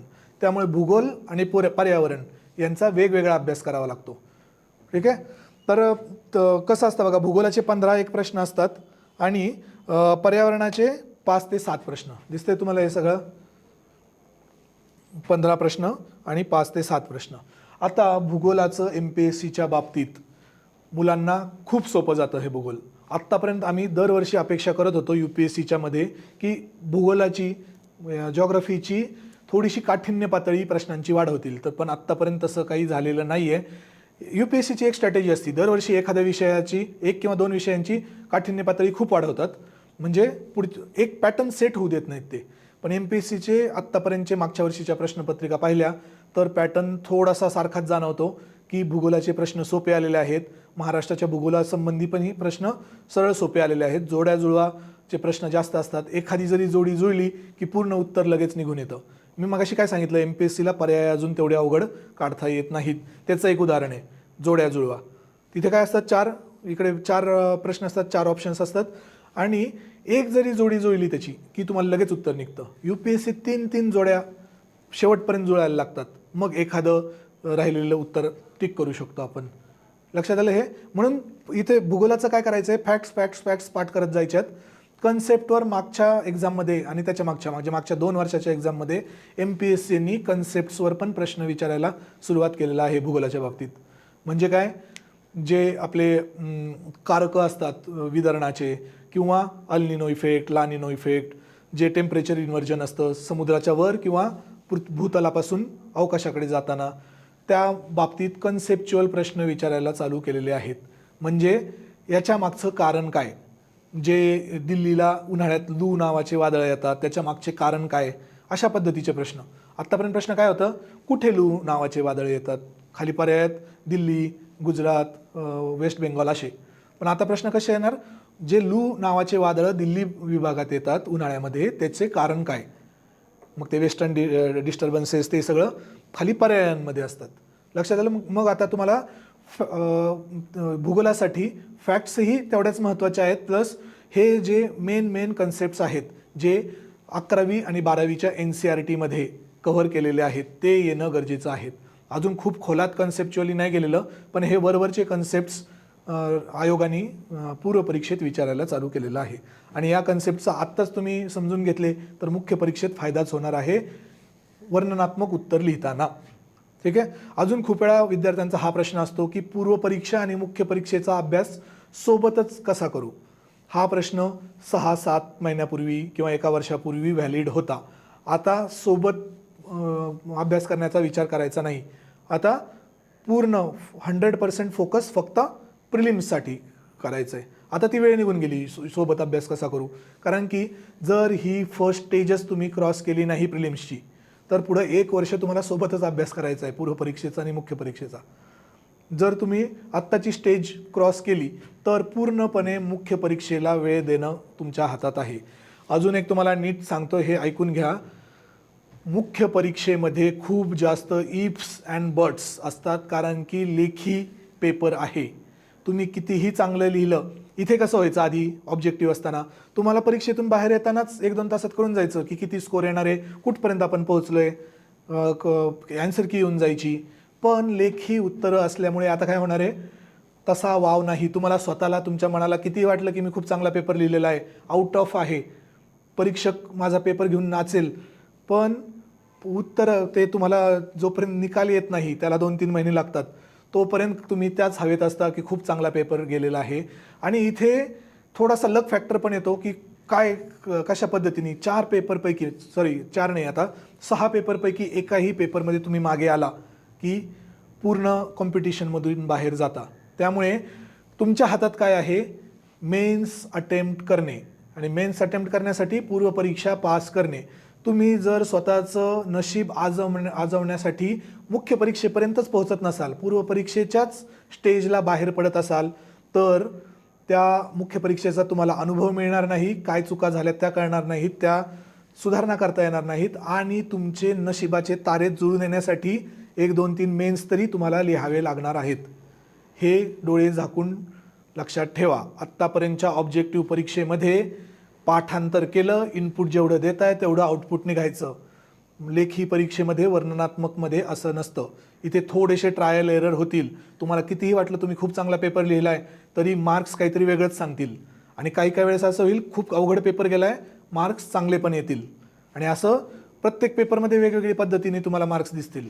ज्यावेळी सर्व पेपरचे तारे तुमचे जुळून येतील त्यावेळी लिस्टमध्ये नाव दिसेल. मग याच्यासाठी तुम्हाला काय करावं लागणार आहे, पूर्व परीक्षेची स्टेज तरी पास होऊन तुमचं नशीब आजमावण्याकरता मुख्य परीक्षा द्यावी लागणार आहे. त्यामुळे फर्स्ट स्टेज जी आहे ती अशीच कॅज्युअली घेऊन चालणार नाही. ही स्टेज काही झाले तरी पास व्हायचंच आहे, कारण की खरं बॅटल, खरं युद्ध, खरी कॉम्पिटिशन ही मुख्य परीक्षेच्या स्टेजला आहे. त्यामुळे आत्ताचे 100 दिवस नीट कन्व्हर्ट करा. सुरुवातीच्या 2-3 परीक्षांमध्ये डिस्क्रिप्टिव्हमध्ये कॉम्पिटिशन एवढी नसणार आहे, कारण की UPSCचे विद्यार्थी तुमची खरी कॉम्पिटिशन आहे राज्यसेवेच्या विद्यार्थ्यांसाठी. पण UPSCच्या विद्यार्थ्यांना ही पूर्व परीक्षेची पायरीच पार करणं अवघड जातं. पण 2-3 वर्षात तेही तयार होणार आहेत, त्यावेळी ती कॉम्पिटिशन वाढणार आहे. त्यामुळे MPSC करणाऱ्या विद्यार्थ्यांसाठी सांगतो, आत्ताची जी गोल्डन अपॉर्च्युनिटी आहे first, second, third attempt descriptive पद्धतीने तो युटिलाइज करून घ्या. पूर्व परीक्षेमध्ये तरी या स्टेजला मागे पडू नका. ठीक आहे. आता पर्यावरणाच्या बाबतीत काय होतं, पर्यावरणाच्या बाबतीत UPSCचे प्रश्न असतील तर ते असतात समिट्स कोणत्या झाल्या, करंट अफेअर्स कोणते, काय निर्णय झाले, अशा पद्धतीचे. म्हणजे COP वगैरे समिट होतात ना, क्लायमेट चेंज, UNFCCC त्यांच्या समिट्स. पण MPSCत प्रश्न पर्यावरणाचे प्रदूषणाच्या संबंधित किंवा रेअर स्पेसीज असतील, IUCNच्या स्पेसीज असतील किंवा मग सुरुवातीचं बेसिक जे कन्सेप्च्युअल असतं त्याच्यावरच पर्यावरणाचे प्रश्न आत्तापर्यंत आलेले दिसतात तुम्हाला MPSCच्या बाबतीत. त्यामुळे पर्यावरण विषयालाही दुर्लक्षित करून चालणार नाही. आपल्या इथे डॉक्टर तुषार घोरपडे सर जे सह्याद्री अकॅडमीचे डायरेक्टर आहेत, ते स्वतः पर्यावरण पुस्तकाचेही लेखक आहेत. पर्यावरण परिस्थितिकी नावाचं पुस्तक आहे, तुम्हाला सर्वांना माहितीच असेल ते. तर ते स्वतः आत्ताच्या क्रॅश कोर्समध्ये पर्यावरण हा विषय घेणार आहेत. ठीक आहे. तर कळलं, भूगोल आणि पर्यावरण या दोघांचं सांगड काही भाग ओव्हरलॅप होतो, पण दोन्ही वेगवेगळे विषय आहेत असंच समजून तयारी करावी लागते. ठीक आहे. चला पुढे. Next economy. इकॉनॉमीचं जर तुम्ही मागच्या मेन्स देत असाल मुख्य परीक्षा MPSCच्या, तर तुम्हाला लक्षात येईल की इकॉनॉमीनी काय परिस्थिती करून ठेवलेली आहे. पेपर 4मध्ये विद्यार्थ्यांचे स्कोर 70 ते 75 आउट ऑफ 150 मुख्य परीक्षेत कधीच क्रॉस झालेले नाही आहेत मागच्या 2-3 वर्षात. आत्ताचा शेवटचा पेपर सोडला ऑब्जेक्टिव्ह पॅटर्नचा, तर त्याच्या आधी खूप अवघड प्रश्न यायचे इकॉनॉमिक्सचे. मग त्यामुळे थोडासा एक फिअर फॅक्टर विद्यार्थ्यांच्या मनात तयार झालेला आहे जे जुने विद्यार्थी आहेत इकॉनॉमिक्सच्या बाबतीत. किंवा असंही झालेलं आहे की त्यांनी तो पेपर अवघड येतो म्हणून खूप चांगला अभ्यास केला इकॉनॉमिक्सचा, त्यामुळे पूर्व परीक्षेत त्यांना प्रॉब्लेम येणार नाही. पण नवीन विद्यार्थ्यांना त्यांच्याबरोबर फाईट द्यायची आहे ज्यांचं मुख्य परीक्षा झालेल्या आहेत MPSCच्या. मग त्यांचे फॅक्च्युअल नॉलेज खूप चांगलं असतं. तुम्हाला त्यांच्याबरोबर फाईट द्यायची असेल तर मग अशी सांगितल्याप्रमाणे सायन्स, टेक्नॉलॉजी, इकॉनॉमिक्स हे सब्जेक्ट सुरुवातीलाच घ्यावे लागणार आहेत.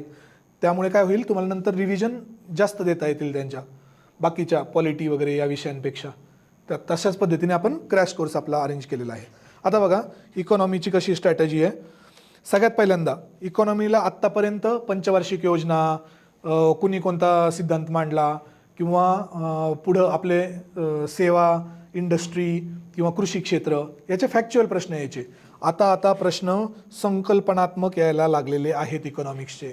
संकल्पना म्हणजे काय, उदाहरणार्थ इन्फ्लेशन, महागाई वाढली तर कोणाला फायदा कोणाला तोटा, किंवा repo rate, reverse repo rate कधी कमी कधी जास्त करतं सरकार, किंवा करंट अकाउंट डेफिसिट जो चालू वित्तपुरवठा असतो, करंट अकाउंट डेफिसिट आयातीने जास्त होतो की निर्यातीने जास्त होतो, सोन्याचा काय परिणाम होतो, हे सगळे काय आहेत इकॉनॉमीच्या संकल्पना आहेत. किंवा रुपयाचा दर कसा वर खाली होतो, ॲप्रिशिएशन म्हणजे काय, घसरण म्हणजे काय, डेप्रिशिएशन म्हणजे काय, हे सगळं डॉलरच्या तुलनेत वर खाली कसा होतो रुपया, हे सर्व संकल्पनात्मक प्रश्न आता प्रिलिम्समध्ये विचारण्यात यायला लागलेले आहेत. मग या संकल्पना घाईगडबडीत तुम्ही फॅक्ट्स पाठ करू शकता, संकल्पना समजून घेता येत नाहीत. शेवटी घाईगडबडीत संकल्पना क्लिअर केल्या. संकल्पनांचा कसा असतो, एक फ्लो असतो, हे असं झालं तर असं होईल आणि त्याचा परिणाम शेवटी असा होईल. अशा पद्धतीने तो नीट विचार करून संकल्पना समजून घ्यावी लागते. त्यामुळे ते घाईगडबडीत होणारच नाही आहे. म्हणून हे विषय मी तुम्हाला सांगितले जे कन्सेप्च्युअल आहेत ते सुरुवातीला घ्यायचे आहेत. बघा आता संकल्पना समजून घ्या इकॉनॉमिक्सच्या. नंतर आता UPSC करत असाल तर आकडेवारी पाठ करण्यापेक्षा ट्रेंड्स, कल ओळखण्यावर भर द्या. कल ओळखणं म्हणजे कसे, आता इकॉनॉमिक सर्वे आला आहे भारताचा, तर तुम्ही त्याचा अशा पद्धतीने अभ्यास करणार की आपले करंट अकाउंट डेफिसिट वाढत आहे, म्हणजे सलग वाढत आहे का सलग कमी होत आहे, त्याचे ग्राफ्स पाहणार. दुसरं, आपली परकीय गंगाजळी सलग वाढत आहे का कमी होत आहे, आपली आयात निर्यात व एखाद्या युरोपियन युनियन बरोबर किंवा आपल्या आजूबाजूच्या देशांबद्दल वाढत आहे की कमी होत आहे, हे ग्राफ्स असतात. याला म्हणतात कल ओळखणे. मग तिथं पर्यायामध्ये असं असतं की आता स्वातंत्र्यानंतरच्या काळात भारताचं परकीय गंगाजळी सलग वाढत आहे असा पर्याय असतो. मग तुम्हाला माहिती पाहिजे की कोणत्या 2-4 वर्षी कमीही झाली आहे का ती, म्हणजे ग्राफ सलग वरती जातोय का थोडासा खाली जाऊन परत वरती गेलाय परत खाली आलाय, म्हणजे याला म्हणतात कल ओळखणे. अशा पद्धतीचे प्रश्न UPSCत विचारले जातात. MPSCला काय विचारणार, कोणत्या देशाबरोबर भारताची आयात सर्वात जास्त आहे, निर्यात सर्वात जास्त आहे, कोणत्या देशाबरोबरचा ट्रेड डेफिसिट म्हणजे व्यापार तुटवडा कोणत्या देशाबरोबर सर्वात जास्त आहे, अशा पद्धतीचे प्रश्न इकॉनॉमिक्समध्ये MPSCला येतात. आणि प्लस काय येतात, पंचवार्षिक योजनेचं उद्दिष्ट काय होतं, कोणत्या पंचवार्षिक योजनेत तुमचं ते टार्गेट अचीव झालं, किंवा मग सुरुवातीला जे वेगवेगळ्या समिती होत्या गरिबीसाठीच्या किंवा बेरोजगारीचे वेगवेगळे जे निकष आहेत कसं ओळखायचं, त्या पद्धतीचे फॅक्च्युअल प्रश्न MPSCत इकॉनॉमिक्सला विचारले जातात. आता MPSC काय करायला लागलंय, करंट अफेअर्स जे आहे इकॉनॉमिक्सचं तेही पूर्वपरीक्षेत थोडं विचारायला लागलेलं आहे. म्हणजे उदाहरणार्थ काय, कोणती संघटना कोणता अहवाल काढते, हे असं स्टॅटिकमधून नाही विचारत. आत्ताच नुकताच एखादा अहवाल सादर झालेला असतो, म्हणजे कोणता अहवाल असतो, इनइक्वेलिटी इंडेक्स असेल किंवा woman empowerment, economic empowerment index, हे इंडेक्स कोणत्या संस्था काढतात, किंवा उलटं वर्ल्ड बँक खालीलपैकी कोणकोणते अहवाल सादर करते, अजून वर्ल्ड इकॉनॉमिक फोरम कोणते अहवाल सादर करते, ऑक्सफर्ड कोणते अहवाल सादर करते, अशा पद्धतीचे, किंवा RBIचेही अहवाल देशांतर्गत विचारण्यात आलेले आहेत. त्यामुळे करंट अफेअर्सचे जे रिसेंट अहवाल असतात ते इकॉनॉमीमध्ये समाविष्ट करणं गरजेचं आहे पूर्वपरीक्षेसाठी. आपण मग काय करतो, खूप वेळा करंट अफेअर्स सेपरेटच टॉपिक म्हणून अभ्यास करतो आणि इकॉनॉमी सेपरेटच टॉपिक. आता आमच्या पद्धतीत कसं असणार आहे क्रॅश कोर्सच्या, जो काही करंट अफेअर्स आहे, जो सब्जेक्ट आहे, आता इकॉनॉमीपासून आपण सुरुवात करणार आहोत क्रॅश कोर्सची, तर इकॉनॉमीमध्येच इकॉनॉमीचं करंट अफेअर्स समाविष्ट करण्यात येणार आहे. ठीक आहे, हे लक्षात आलं. म्हणजे कसं होईल, तुमचे कन्सेप्ट्स आत्ताच नुकतेच झालेले आहेत सगळे अभ्यास करून, की लगेच त्याचं उपयोजन, त्याचं ॲप्लिकेशन कशाच्याद्वारे, करंट अफेअर्सद्वारे, म्हणजे तुमचं ते पक्क लक्षात राहील. करंट अफेअर्ससाठी सेपरेट घेण्यापेक्षा करंट अफेअर्स त्या विषयालाच जॉईन करणार आहोत. समजा 15 लेक्चर आपले प्रत्येक विषयाचे असतील, तर 12-13 लेक्चरमध्ये स्टॅटिक पोर्शन पूर्ण आणि पुढच्या 3 लेक्चरमध्ये त्या विषयाचं करंट अफेअर्स कव्हर करण्यात येणार आहे. म्हणजे तुमचं फ्लो कंटिन्यू राहील.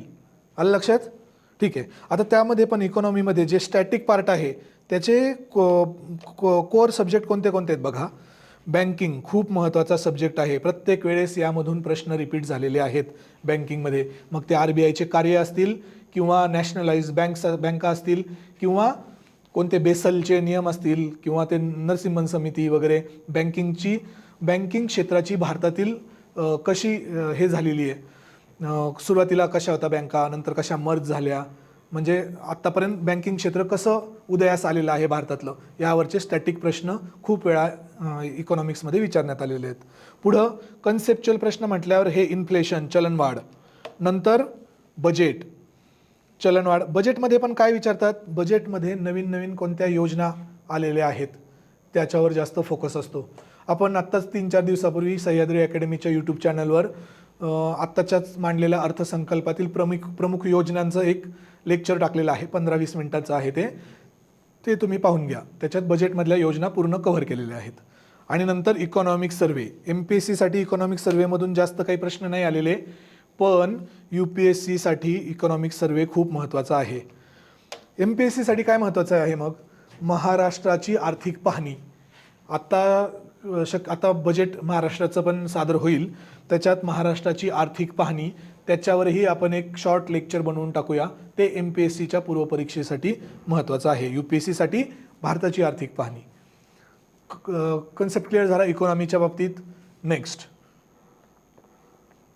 आता इतिहासाचा स्मार्ट अभ्यास. इतिहास करताना काय करू, कोणते सोर्स वापरू, हा खूप रिपीटेटेड क्वेश्चन आलेला आहे मला. कारण की इतिहासाचा आवाकाच एवढा वास्ट आहे आणि मराठी माध्यमातून रेफरन्स बुक्स म्हणून सर्वात जास्त कशाचे पुस्तकं अवेलेबल असतील तर ते इतिहास या विषयाचे आहेत. त्यामुळं इतिहासाच्या बाबतीत सर्वात जास्त कन्फ्युजन असतं की काय करू, काय वापरू. आपले जे इतिहासाची फॅकल्टी आहे सह्याद्री IAS मधली, ती इतिहासाचे स्ट्रॅटेजी लेक्चर पूर्वपरीक्षेसाठीचं हे 1-2 दिवसात अपलोड करण्यात येईल. ते तुम्ही पाहून घ्या. तरी इतिहासाचा एक तुम्हाला ओव्हरऑल सांगतो काय करायचं. 11वीचं माहितीचं इतिहासाचं पुस्तक महाराष्ट्राच्या इतिहासासाठी ते करायचं आहे आपल्याला. एन्शियंट आणि मिडिव्हियलसाठी NCERT बॅचमध्ये आपली जी फ्री यूट्यूबवर अवेलेबल आहे त्यामध्ये प्राचीन आणि मध्ययुगीन याच्यासाठीचे 10 ते 12 लेक्चर्स आहेत फ्रीमध्ये, ते पूर्ण पाहून घ्या. या आत्ताच्या घडीला याच्यापेक्षा जास्त करणं, इनपुट आउटपुट रेशो कमी आहे म्हटलं मी तुम्हाला. ह्या 2 विषयांसाठी हे एवढं शक्य नाही आहे. पण मॉडर्न इंडिया, आधुनिक भारत पूर्णपणे चांगला करायचा आहे. मॉडर्न इंडियाचे प्रश्न सोपे असतात, ते तुम्हाला सांगितले तसे लो हँगिंग फ्रूट्समधले येतात. तिथं तुम्ही चुकले तर 90% विद्यार्थ्यांच्या मागे. त्यामुळे मॉडर्न इंडिया चांगल्या प्रकारे करून घ्या. समाजसुधारक फॅक्च्युअल डेटा असतो, जसेच्या तसे प्रश्न येतात ते नीट करून घ्या. समाजसुधारकांचा पण आपला एक प्रयत्न असणार आहे की समाजसुधारकांचे व्हिडिओ AIच्या फॉर्ममध्ये व्हिज्युअलायझेशन तुम्ही करू शकता. अशा पद्धतीने समाजसुधारकांचे व्हिडिओ आपल्या सह्याद्री IASच्या यूट्यूब चॅनलवर टाकण्याचा आपला प्रयत्न असेल. ठीक आहे. आता बघा इतिहासाचा स्मार्ट अभ्यास हे तुम्हाला आत्ताच सांगितलं. स्वातंत्र्य चळवळ म्हणजे काय, आपले जी मॉडर्न इंडिया आहे त्याच्यातली 1919 ते 1947, 1919 ते 1947च्याच काळाला काय म्हणतो आपण, गांधी युग. त्याबाबत खूप वेळा प्रश्न आलेले आहेत, ते व्यवस्थित करायचं. फॅक्च्युअल प्रश्न चांगले करायचे त्यासाठी. आणि समाजसुधारक MPSCसाठी. आणि जर तुम्हाला हे जे मगाशी म्हटलं तुम्हाला की भारताची संस्कृती, प्राचीन मध्ययुगीन, त्यातले हाय यील्डिंग टॉपिक्स कोणते हे माहिती करायचं असेल तर कल्चरमध्ये आत्तापर्यंत UPSCने कोणते प्रश्न जास्तीत जास्त विचारलेत की बौद्ध धर्म, जैन धर्म म्हणजे भगवान महावीर, गौतम बुद्ध यांचं हिस्ट्री किंवा बौद्ध धर्माची तत्त्वे, जैन धर्माची तत्त्वे यावर खूप वेळा प्रश्न विचारून आलेले आहेत. त्याच्यानंतर गुप्ता काळ, भक्ती चळवळ यावरही प्रश्न खूप वेळा रिपीट झालेले आहेत. मौर्य गुप्त काळ, ठीक आहे. त्यामुळे हे जर तुम्हाला संस्कृती, भारताची संस्कृतीतलं सिलेक्टिव्ह करायचं असेल तर यावर फोकस करा. नंतर कल्चरमध्ये अजून काय येतं, वास्तुकला. वास्तुकला म्हणजे काय, जे मंदिर शैली असेल बांधणीची किंवा वेगवेगळे गुहेमधले आर्किटेक्चर असेल त्याच्यावर प्रश्न आलेले आहेत. किंवा मग नंतर उत्सव, कोणता सण कोणत्या राज्यात साजरा केला जातो, अशा पद्धतीचे कल्चरवर प्रश्न आलेले आहेत. हे फॅक्च्युअल आहेत, त्यामुळे ते तुम्ही पाठ करू शकता. याला काय म्हणतात, सिलेक्टिव्ह स्टडी. हे ज्यावेळी तुमच्या आवाक्यात येईल, हे जे रिपिटेटिव्ह थीम आहे ही आवाक्यात आली की तुम्ही बाकीचे विषय त्याच सब्जेक्टमधले बाकीचा जे उरलेले चॅप्टर्स आहेत ते कव्हर करू शकता. पण या टॉपिक्सवर जास्त फोकस द्यायचा. याची 1-2दा रिव्हिजन झाली की बाकीचे चॅप्टर्स तुम्ही कव्हर करू शकता. ठीक आहे. काही प्रश्न आहे अजून? सगळ्यांनी एकदा कन्फर्म करा. नेटवर्क प्रॉब्लेम आहे म्हणतात. स्क्रीन क्लिअर दिसत नाही आहे का? एकदा मला कन्फर्मेशन द्या कमेंट बॉक्समध्ये की फक्त ज्यांनी कमेंट केली आहे त्यांच्यासाठीच हा इश्यू आहे. दिसतोय सर्वांना क्लिअर? नेटवर्क इश्यू नाही ना काही? आता जे आले मगाशचे 3 विषयांपैकी एक विषय काय, राज्यघटना, पॉलिटी. काय इथे हक्काचे मार्क्स आहेत. पॉलिटी म्हणजे तुमचा आवडता पण विषय असतो, मुलांचा तर खास करून आवडता असतो. सारखं राजकारणाचे काहीतरी न्यूज वगैरे पाहतच असतात, त्याच्यातून निम्म पॉलिटी तिथंच क्लिअर होतं. हे पंचायत राज वगैरे तर आत्ताच्या निवडणुकांमधूनच तुमचं क्लिअर झालं असेल. पॉलिटीमध्ये आता कोणते टॉपिक्स महत्त्वाचे आहेत हे खूप वेळा सर्वांनी सांगितलेलं असतं, त्यामुळे मी या विषयांकडे जरा जास्त फोकस नाही करत आहेत. तिथं काय 14 ते 15 प्रश्न असतात. आणि ठीक आहे. आता राज्यघटनेच्या बाबतीत काय असतं, जर UPSC करत असाल तर मी मगाशी सांगितलं त्याप्रमाणे ही घटना कशामुळे घडली, तिला अपवाद काय आहेत. UPSCत अपवादावर खूप जास्त प्रश्न आलेले आहेत. पण MPSCत काय होतं, कलम जे आहेत पाठ करण्याची त्याच्यावर जास्त भर द्यावा लागतो. कलम पण कोणते, सुरुवातीचे कोणते, जे नागरिकत्वाचे आहेत, मूलभूत अधिकाराचे किंवा DPSP हे कलम. आणि त्यानंतर डायरेक्ट कोणते, इमर्जन्सी संबंधित असतील, पंचायती राज विषयाचे संबंधित असतील. पंचायती राज विषयासंबंधित खूप वेळा जोड्या लावण्यासाठी प्रश्न राज्यघटनेत येऊन गेलेला आहे. आणि आत्तापर्यंत मुख्य परीक्षेमध्ये पंचायत राज हा सेपरेट टॉपिक असल्यामुळे विद्यार्थ्यांचे ते कलम पाठच आहेत ज्यांनी मुख्य परीक्षा दिली आहे. त्यामुळे नवीन अभ्यास करणाऱ्या विद्यार्थ्यांनी किंवा ज्यांनी मुख्य परीक्षा दिलेली नाही आहे त्यांनी हे करणं गरजेचं आहे. पंचायती राज वगैरे पूर्ण सखोल अभ्यास करणं गरजेचं आहे. मी काय म्हणतोय, तुम्हाला 1 दिवसाचं मॅरेथॉन पण अरेंज करण्यात येईल. त्याच्यामध्ये महाराष्ट्राचा इतिहास, महाराष्ट्राचा भूगोल आणि पंचायत राज हे जे हाय इल्डिंग टॉपिक्स आहेत 3, याच्यावर आपण मॅरेथॉनही अरेंज करू. पण त्याच्या आधी हे तुम्ही पॉलिटीचे बाकीचे तर कन्सेप्ट क्लिअर करून ठेवा. ठीक आहे. आता काय आहेत, कोणत्या कोणत्या कलमांमध्ये काय काय प्रोव्हिजन्स आहेत यावर भर देणं गरजेचं आहे. UPSCला तशा पद्धतीचे प्रश्न विचारतात. आणि त्याच्यामध्ये तुम्हाला म्हटलं मूलभूत हक्क. आता संसद, राष्ट्रपती किंवा मंत्रिमंडळ यावरचे प्रश्न कसे असतात, ट्विस्टेड असतात, थोडेसे फसवलेले असतात. काय करतात, तिथले अपवाद उचलतात आणि इकडे प्रश्न तयार करतात. उदाहरणार्थ काय, मनी बिल वगैरे तुम्हाला माहिती असेल, धन विधेयक. मग तिथं काय करतील, लोकसभेला कोणते अधिकार असतात आणि राज्यसभेचे अधिकार हे मिक्स करणार आणि तुम्हाला खाली ऑप्शन्समध्ये देणार.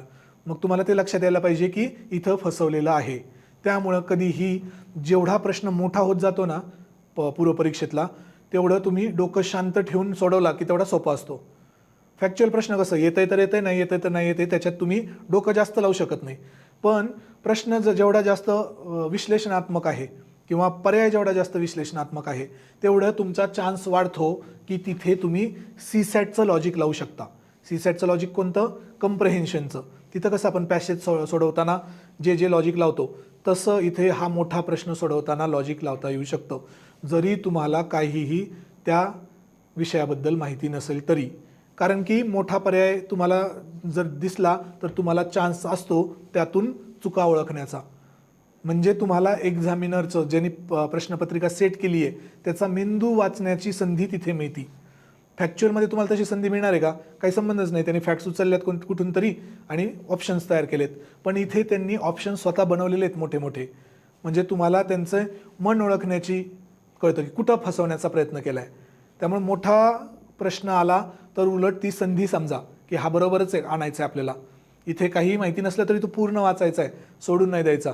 लगेच तुम्ही ते वाचता वाचताच तुम्हाला कळेल की अरे इथे हे वाक्यरचना चुकलेली आहे किंवा काहीतरी मुद्दामून घालायचं आहे म्हणून तिथे काहीतरी एक वाक्य ॲड केलेलं आहे. तिथेच तुम्हाला कळते की हा ऑप्शन चुकीचा आहे, तुम्ही उत्तरापर्यंत पोहोचू शकता. ठीक आहे. मग असे प्रश्न मोठे मोठे कुठे दिसतील तुम्हाला? पंचायती राजमध्ये तर नाही दिसणार. तुम्हाला पॉलिटीमध्ये दिसतील, जॉग्रफीचे कन्सेप्च्युअल प्रश्न असतील तिथं दिसतील, सायन्सचे कन्सेप्च्युअल प्रश्न असतील तिथं दिसतील. करंट अफेअर्समध्ये पण असे जास्त मोठे प्रश्न येणार नाही. आले तर करंट अफेअर्सचे कसे मोठे प्रश्न येतात? एखाद्याला पद्मश्री, पद्मविभूषण, भारतरत्न मिळालेला आहे तर त्याच्या जीवनाबद्दल 5-6 वाक्य देतील ते. मागच्या वेळेसचेच प्रश्नपत्रिका बघा MPSCची, 5 ते 6 वाक्य दिलेले आहेत आणि कुठंतरी छोटासा त्यांचा लोकसभेचा मतदारसंघ चुकवलेला होता. मग एवढ्या खोलात जाऊन वाचणं किंवा पाठ करणं शक्य आहे का करंट अफेअर्स? म्हणून करंट अफेअर्स सब्जेक्ट बरोबरच करा आणि हे जे फॅक्च्युअल असतात, जे काय असतील ते अवॉर्ड्स असतील किंवा खेळासंबंधी असेल किंवा पुस्तकं, कोणाचं निधन वार्ता असेल, हा जो पोर्शन आहे तो सर्वात शेवटी ठेवायचा अभ्यास करताना, की ताजा ताजा वाचून लगेच परीक्षेला गेलेलो आहे, त्याच वेळेस रिकॉल होणार आहे. तुम्ही आत्ता अभ्यास केला, सगळं माहिती गोळा केली, भारतरत्न कोणाला मिळालं आहे, काय काय काय, परीक्षा येईपर्यंत 100 दिवसांनी तुम्ही तो विसरून जाणार आहे. म्हणून कोअर फॅक्च्युअल म्हणतात त्याला. हा जो कोअर फॅक्च्युअल पार्ट आहे तो सर्वात शेवटी परीक्षेच्या तोंडावर ठेवायचा. गरम गरम वाचायचं आहे, लगेच तुम्हाला रिकॉल होणार आहे परीक्षेमध्ये. आत्ता वाचलं तर तुम्हाला 3-4 रिव्हिजन करायला लागतील तोपर्यंत. त्यावेळेस वाचलं, अजून एखादी रिव्हिजन केली आधीच्या 2 आठवड्यात, तरी तुम्हाला पूर्णपणे ते परीक्षेत आठवणार आहे. ठीक आहे. आता पुढचं बघा.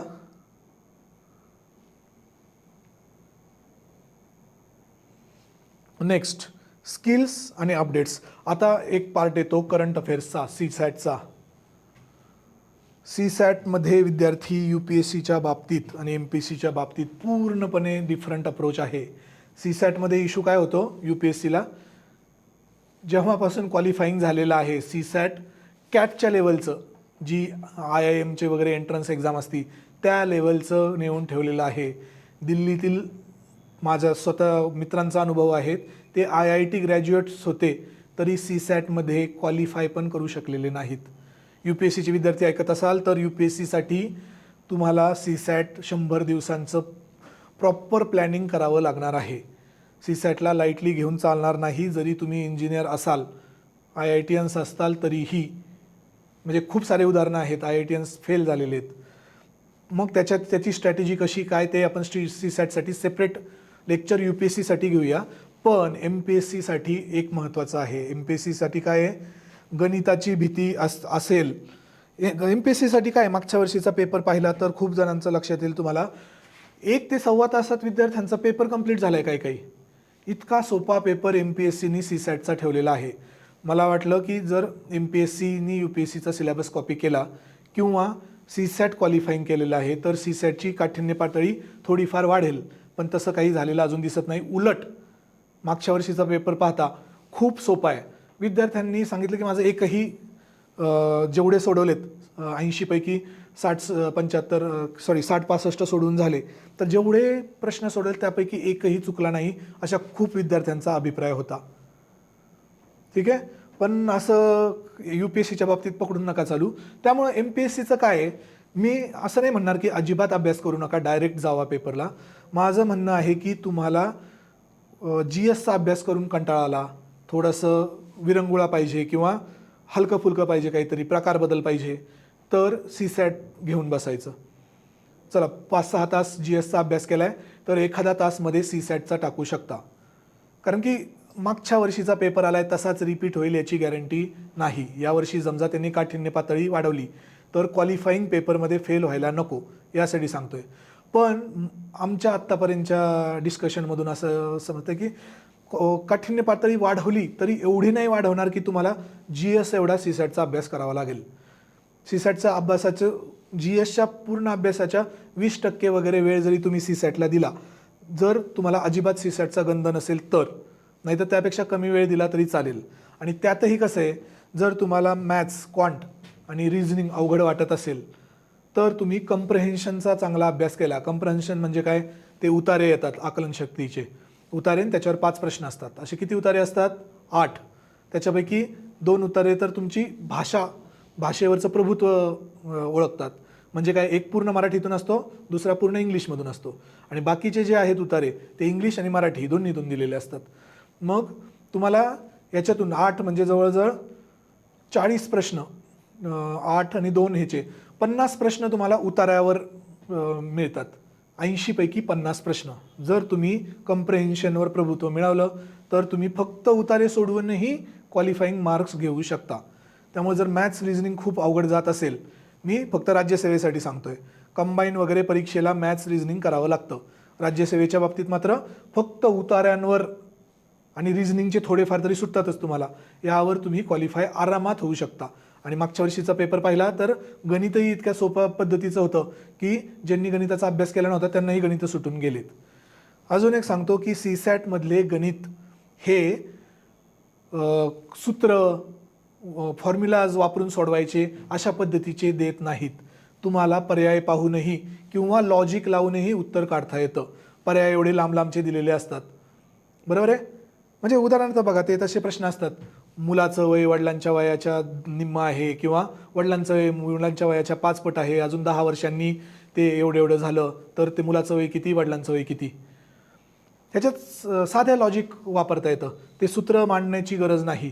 काही काही मुलांचं काय होतं, इतके ते एक्झामच्या प्रेशरमध्ये असतात की मुलाचं वय निघतं 50 वर्ष आणि वडिलांचं वय येतं 20 वर्ष. आणि ते आपण एक्झामच्या प्रेशरमध्ये एवढा असतो की ते लक्षातही येत नाही वयांची उलटापालट झालेली आहे, मुलगा मोठा आणि वडील छोटे झालेले आहेत, आणि तसा पर्याय टिक करून येतो. आणि तसा पर्याय सीसॅटमध्ये मुद्दाम ठेवलेलाही असतो चुकवण्यासाठी, आणि आपण त्या एक्झामच्या प्रेशरमध्ये उलटं करून येतो. हे लक्षात घ्या. त्यामुळे म्हणतोय, जेवढं तुमचं डोकं शांत असेल सीसॅटच्या पेपरला, तेवढं तुम्ही आरामात क्वालिफाय 1 ते सव्वा तासात होऊन जाताल, जर काठिण्य पातळी मागच्या वर्षीसारखीच राहिली तर. त्यामुळे सीसॅटचं जास्त बर्डन घेण्याची गरज नाही आहे. सीसॅटसाठीही एक सेपरेट लेक्चर घेण्यात येईल. त्यातले फक्त प्रायोरिटी एरियाज कोणते कोणते आहेत, म्हणजे ते जसे डायस म्हणजे काय असतो, आपला जो सापशिडीचा ठोकळा असतो त्याचे गणितं खूप सोपे असतात.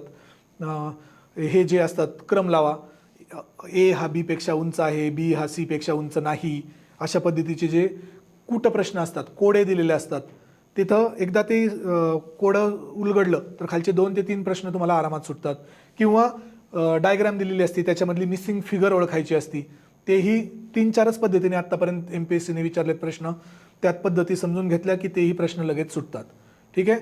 फक्त तुम्हाला एक गोष्ट कोणती करायची आहे, कम्प्रहेन्शनवर जास्त लक्ष द्यायचं आहे. एक तुम्हाला कम्प्रहेन्शनचं हे सांगतो फायदा. कम्प्रहेन्शनवर लक्ष दिल्यावर कसा फायदा आहे हे बघा. कम्प्रहेन्शनचं कसं असतं, दोन पॅसेज पकडा, प्रश्न किती आले, 10, मार्क्स किती आले, सीसॅटला एका प्रश्नाला असतात 2.5 मार्क, मार्क्स किती आले याचे 25, बरोबर आहे, 2 पॅसेजेसचे. आता हे घ्या, इतिहास पकडा तुम्ही, तुमचा विषय GS मधला. इतिहासाला प्रश्न किती असतात, 15, आणि मार्क्स किती असतात, 30, बरोबर आहे. आता कम्प्रहेन्शनचे 2 उतारे परीक्षेमध्ये किती पानात असतील, जास्तीत जास्त 4 पानात. 2 उतारे 5 प्रश्न, 2 उतारे 5 प्रश्न, हे 4 पानात तुमचं कव्हर होतंय. 4 पानात तुमचे नीट जर कम्प्रहेन्शन येत असेल तर किती प्रश्न कव्हर होत आहेत, 10, आणि मार्क्स किती, 25. आलं लक्षात, 10 प्रश्न आणि 25 मार्क्स. पण इतिहासाचे तुम्ही लक्षात घ्या, 15 प्रश्न सोडवण्यासाठी सोर्सेस किती वाचायचे, रिव्हिजन किती करायचे, काय काय करायचे, आधुनिक भारत, प्राचीन भारत, मध्ययुगीन भारत, भारताची संस्कृती, महाराष्ट्राचा इतिहास, स्वातंत्र्योत्तर भारत जर प्रश्न आले तर किती पुस्तकं झाले, इथंच 6-7 पुस्तकं झाले, त्याच्यानंतर त्याची रिव्हिजन, त्याच्या नोट्स. म्हणजे तुम्हाला हे कळतंय का, आधी ज्यावेळी मार्क्स पकडायचे सीसॅटचे त्यावेळी हे विद्यार्थ्यांना मी खूप वेळा सांगायचो की सीसॅटकडे दुर्लक्ष करू नका. 4 पानांमध्ये तुमचे 25 मार्क हातातले क्लिअर होत आहेत, जे की तुम्हाला इतिहासाचे तेवढेच मार्क्स मिळवण्यासाठी 4 महिने तयारी करावी लागणार आहे, बरोबर आहे. आता क्वालिफाईंग आहे त्यामुळे तो विषय नाही आहे, पण तरीही कम्प्रेहेन्शनकडे दुर्लक्ष करून चालणार नाही, तिथेच क्वालिफाईंग होऊन जाल. मग तुम्हाला काय होईल, जे क्वांटसाठी किंवा रिझनिंगसाठी तुम्हाला वेळ द्यायचा आहे आत्ता अभ्यास करायला तो वाचेल आणि तो वेळ तुम्ही GS ज्याचे मार्क्स पकडण्यात येणार आहेत त्याच्यासाठी देऊ शकाल. आलं लक्षात. आता नेक्स्ट CSAT वगैरे सगळं झालं. आता करंट अफेअर्सच्या बाबतीत थोडं सजग राहावं लागणार आहे. करंट अफेअर्स आणि science technology make and break तुमचा प्रिलिम्स मेकर किंवा ब्रेकर विषय आहेत करंट अफेअर्ससाठी सुद्धा. कारण की काय होतं, करंट अफेअर्सची जर स्ट्रॅटेजी चुकली तर विद्यार्थी खूप सारा वेळ त्या एकाच विषयाला देऊन बसतात, आणि सायन्सचा जर अभ्यास करायची किंवा समजून घेण्याची पद्धत चुकली तर विद्यार्थ्यांच्या मनात भीती निर्माण होती आणि तो विषयच ते करत नाहीत परत. त्यामुळे हे 2 विषयांकडं खास लक्ष आपल्या कोर्समध्ये देण्यात येणार आहे. म्हणून म्हणतोय की करंट अफेअर्समध्ये काय करायचं, मागच्या 1 ते 1.25 वर्षाचं करंट अफेअर्स करावं लागतं. कधी कधी खूप UPSCला तर दीड वर्षापूर्वीचंही प्रश्न विचारण्यात आलेले आहेत. MPSCला थोडेसे करंटचे विचारतात जवळचे, पण तरीही 1 वर्षाचं करंट अफेअर्स तुम्हाला करायचंच आहे. आणि आपल्या कोर्समध्ये सांगितल्याप्रमाणे सब्जेक्ट बरोबर करंट अफेअर्स आणि जे मिससेलेनियस टॉपिक्स म्हणतो, अवांतर टॉपिक्स, ते सेपरेट करंट अफेअर्सच्या मॉड्यूलमध्ये घेण्यात येतील. ठीक आहे. आता पुढचं, दिवसाचं नियोजन कसं करायचं काय, हे प्रत्येकाच्या याच्यानुसार बदलतं. MPSCच्या बाबतीत तरी मला नाही वाटत कोणी रात्री नाईट शेड्यूल असेल. UPSCच्या बाबतीत दिल्लीला खूप सारा अनुभव आहे. रात्री पूर्ण वेळ अभ्यास करणारे पण विद्यार्थी होते. पूर्ण रात्रभर करायचं, दिवसा झोपायचं आणि परत दुपारपासून दुसऱ्या दिवसाचं शेड्यूल. पण MPSCचे जवळजवळ सगळेच अर्ली बर्ड आहेत. अर्ली मॉर्निंग बर्ड म्हणजे सकाळीच अभ्यास करतात जवळजवळ सगळे. त्यामुळं तो जो सकाळचा आहे हायेस्ट प्रोडक्टिव्हिटीवाला टाईम तो युटिलाइज करा. तर त्याच्यामध्ये काय होणार आहे, तुमचं रिटेन्शन जास्त असणार आहे, उत्साह जास्त असतो, मरगळ कमी असते, नोट्स चांगल्या बनतात आणि प्रोडक्टिव्हिटी चांगली असते. त्यामुळे तो जास्तीत जास्त चांगला युटिलाइज करण्याचा प्रयत्न करा. त्यामध्ये तुम्हाला अवघड वाटणारे टॉपिक्स घ्या किंवा हाय स्कोरिंग टॉपिक्स घ्या, दोन्हीपैकी जसं वाटेल तसं. हाय स्कोरिंग शक्यतो तुमचे सोपे टॉपिक्स असतात, ते दुपारच्या काळात केले तरी चालतात जिथं मरगळ आलेली असते. पण हे जे कठीण टॉपिक आहेत जिथं खूप जास्त तुम्हाला स्वतःला पुश करावं लागतं की याचा अभ्यास करायचा आहे, तर तो टॉपिक सकाळच्या फ्रेश तुमच्या मूडमध्ये कव्हर करा. म्हणजे दुपारी ज्यावेळी तुमची इफिशियन्सी लो झालेली असते त्यावेळी तुमचे टप्प्यातले सब्जेक्ट्स तुम्हाला घेता येतील. ठीक आहे. आफ्टरनूनमध्ये MCQ ज्यावेळी खूपच जेवणानंतरचा काळ असतो, खूप लो फील करत असतो किंवा झोप येत असती, त्यावेळी MCQ सोडवा किंवा CSAT करा. हे थोडेसे एंटरटेनिंग विषय आहेत त्यामुळे ते करा, किंवा व्हिडिओज वगैरे अशा याच्यात तुम्ही करू शकता. आणि इव्हिनिंगच्या बाबतीत जे दिवसातलं झालं आहे त्याची रिव्हिजन मस्ट आहे पूर्वपरीक्षेसाठी, तरच परीक्षेमध्ये रिकॉल होतं. तुम्हाला माहिती आहे हे MCQ सोडवणं आणि रिव्हिजन का महत्त्वाचं आहे. एक मसल मेमरी नावाचा कन्सेप्ट आहे. काही जरी माहिती नसेल तर मेंदू त्याप्रमाणे ट्रेन होतो. मेंदूमध्ये ती मसल मेमरी जनरेट होती. मसल मेमरीचं जे उदाहरण आहे ते मुख्य परीक्षेच्या बाबतीत एक चपखल बसतं की तुम्ही जे रायटिंग प्रॅक्टिस का करायला सांगतात सगळे मुख्य परीक्षेच्या बाबतीत, की तुमच्या हाताला, तुमच्या मसल्सला ती सवय व्हावी आणि मसल मेमरीमध्ये ते फिट बसावं, की हा प्रश्न आला की अशी अशी इंट्रोडक्शन असणार आहे, हे कन्क्लुजन असणार आहे आणि ही डायग्रॅम आपण तिथं काढणारच आहोत. याला मसल मेमरी म्हणतात. तशा प्रकारचा वापर आपल्याला पूर्वपरीक्षेत करायचा आहे. मसल मेमरी म्हणजे कसं, तिथं तुम्हाला मेंदू ट्रेन करायचं आहे की प्रश्न वाचतानाच कळायला पाहिजे की ऑप्शनमध्ये काय चुकवण्यात येऊ शकतं. मी तर आधी जुन्या काळी ज्यावेळी खूप फॅक्च्युअल होती MPSC त्यावेळी ऑप्शन्स पाहून गोंधळ उडतो. बरोबर आहे सर्वांचं बरोबर आहे ना. मला ह्याच्यात सांगा की ऑप्शन पाहून सर्वांचा गोंधळ उडतो. प्रश्न वाचताना क्लिअर असतं की ठीक आहे कलमाचा प्रश्न असेल, खालीपैकी कोणते कलम या विषयाशी संबंधित आहे असा प्रश्न आला, तोपर्यंत तुम्हाला माहिती असतं ते कलम कोणतं याच्या आसपास आहे, या सेक्शनमध्ये आहे. पण खाली ऑप्शन्स पाहिले जवळजवळचे की गोंधळ उडतो, अरे हे की हे. मग माझी पद्धत कशी होती त्यावेळी, जर फॅक्च्युअल प्रश्न दिसला मी ऑप्शनवरच झाकून ठेवायचो, ऑप्शन्स दिसलेच नाही पाहिजे, प्रश्न वाचायचो, मला जे आठवतंय ते तिथंच लिहायचो, हे कलम, आणि ते कलम ऑप्शनमध्ये कुठं आहे हे शोधायचो. म्हणजे कन्फ्युजन मी काय केलं, बायपास केलं. ऑप्शन वाचून जे कन्फ्युजन होणार आहे ते बायपास केलं आणि तुमची जी रिकॉलिंग मेथड आहे, मसल मेमरी आहे, ती वापरली की काय होतं. कारण की आपलं एवढं जास्त पाठांतर नसतं की 100% शुअर आहे त्याच कलमावर, म्हणून आपलं ते कन्फ्युजन होतं ऑप्शन्स वाचल्यावर. म्हणून काय करायचं, ऑप्शन्सच पूर्ण झाकून ठेवा आणि तुमचं जे उत्तर आहे ते पहिल्यांदा हे करा, फायनलाइज करा आणि मग ऑप्शन्स बघा. खूप चांगली पद्धत आहे, वापरून बघा आत्ता टेस्ट पेपर सोडवताना वगैरे. टेस्ट ही आपल्या तशाच पद्धतीने आपण फॉर्म करणार आहोत. हाफ प्रश्न फॅक्च्युअल असतील, हाफ कन्सेप्च्युअल असतील, दोन्ही प्रकारच्या याची तुमची तयारी व्हायला पाहिजे. आणि त्यावेळेस मग विश्लेषण करताना तुम्हाला सांगेल की तुम्ही कसे चुकलात. सर्वात महत्त्वाचं काय माहिती आहे, टेस्ट दिल्यानंतर तुमचे ॲनालिसिस होणं गरजेचं आहे. तुम्ही चुकतात कसे तिथं तुम्हाला माहिती इन्फॉर्मेशन गोळा करायची नाही आहे, ती पुस्तकातूनच गोळा करायची आहे. टेस्टचा उद्देश हा आहे की तिथं फक्त तुम्हाला कुठं चुकलं, कशामुळे चुकलं आणि पुढं तशा पद्धतीने चुकायला नको. मग त्या सिली मिस्टेक्स असू द्या किंवा तुमचं कम्प्रेहेन्शन मिस्टेक, म्हणजे तुम्हाला प्रश्नच समजून घेताना तुमचा चुकला. बरोबर आहे. सिली मिस्टेक्स म्हणजे काय असतात माहिती आहे का, प्रश्नात दिलंय योग्य खालीलपैकी पर्याय कोणता किंवा अयोग्य कोणता, आणि तुम्ही ते घाईगडबडीत वाचलंच नाही. अयोग्य विचारलंय, तुम्ही योग्य पर्याय टिक करून आला. होतं खूप वेळा. बरोबर आहे. नंतर तुम्ही एखाद्या कन्सेप्टला दुसराच कोणता तरी कन्सेप्ट समजला, अरे मला तसं नव्हतं समजायचं पण मी तिथं तसं समजलो, असं पेपर झाल्यावर खूप वेळा झालेलं असेल तुमचं. हे टाळण्यासाठी या सिली मिस्टेक्स जेवढ्या कमी करता येईल, मी सांगतोय त्या शून्य होणार नाहीत. एक्झाम प्रेशर असतं तेवढे सिली मिस्टेकचे 1, 2, 3 प्रश्न देवालाच द्यायचे असतात. ते पूर्णपणे शून्यावर शक्यतो आणता येत नाहीत. घाई गडबडीत शेवटी कमी वेळ उरलाय, तुम्हाला 10-15 मिनटं उरलेत आणि प्रश्न 20 उरलेत, तर त्या सिली मिस्टेक्स होणारच आहेत. त्यामुळं फक्त सिली मिस्टेक्स अशा नाही की 10 सिली मिस्टेक्स झाल्या की लगेच कळायला त्या पेपर देऊन बाहेर आल्यावर की अरे आपण इथं चुकलोय, हे वाचतानाच चुकलं किंवा याला आपण वेगळंच समजलो काहीतरी. तशा पद्धतीच्या सिली मिस्टेक्स कमी करण्यासाठी टेस्ट पेपर सॉल्विंगची प्रॅक्टिस असती. तुमचे ते 10 पैकी 7 जरी प्रश्न बरोबर आले, सिली मिस्टेक्स कमी झाल्या, तर 14 मार्क्स तिथेच तुम्ही अप असणार आहेत. तुम्हाला माहितीच आहे, कट ऑफ समजा 110 असेल तर सगळी जी क्राऊड असते ती -5 म्हणजे 105 ते 115 मध्ये 80% क्राऊड तुम्हाला तिथेच दिसेल. म्हणजे प्रश्न काय उरतो, 2-4 मार्काचा फक्त, इन की आउटचा. मग ह्या सिली मिस्टेक्स तिथं तुम्हाला काय होतील, महागात पडतील. ते 7 प्रश्न जरी तुमच्याबरोबर आले, 10 सिली मिस्टेक्स ऐवजी तुम्ही 3 सिली मिस्टेक्स करून आल्या तरी ते मान्य आहे. पण त्या 3वर कशा आणायच्या सिली मिस्टेक्स, हे टेस्टमधून आणि टेस्ट पेपरच्या विश्लेषणातून तुम्हाला कळणार आहे. आणि तोच फोकस आपला टेस्ट सिरीजचा असणार आहे. आपला जो क्रॅश कोर्स आहे त्याच्यामध्ये टेस्ट सिरीजही इन्क्लुडेड आहे.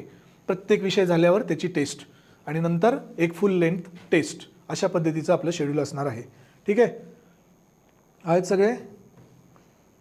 आता नेक्स्ट, हेच तुम्हाला आत्ता सगळं सांगितलं, फक्त टेस्ट देऊ नका, विश्लेषण करा. स्कोअरपेक्षा काय करायचं, चुकांवर लक्ष केंद्रित करायचं. विश्लेषण करा, चुकांवर लक्ष केंद्रित करा, सिली मिस्टेक्स टाळा, नॉलेज गॅप आहे तो भरून काढायचा. आता टेस्टचा अजून एक वापर कसा करायचा, तुम्ही कधी न वाचलेला टॉपिक जर टेस्टमध्ये आला तर मात्र तो लगेच वाचून घ्यायचा. आलं लक्षात, याला म्हणतात नॉलेज गॅप भरून काढणं. आत्तापर्यंत नाही वाचलेला, हा नवीनच काहीतरी टॉपिक आहे, करंट अफेअर्समधला टॉपिक असेल तर मग मात्र तो लगेच तुम्ही वाचून घेऊन ते तुमच्या नोट्समध्ये व्हॅल्यू ॲडिशनमध्ये ॲड करू शकता. ह्याला म्हणतात नॉलेज गॅप. पण मुख्य उद्देश काय टेस्ट सिरीजचा, तुमचं विश्लेषण का चुकलं, आपल्याला येत असूनही का चुकलं, हे एवढ्या चुका, ह्या सिली मिस्टेक्स जरी कमी केल्या तरी तुम्ही कट ऑफ तरी लगेच क्रॉस करू शकता.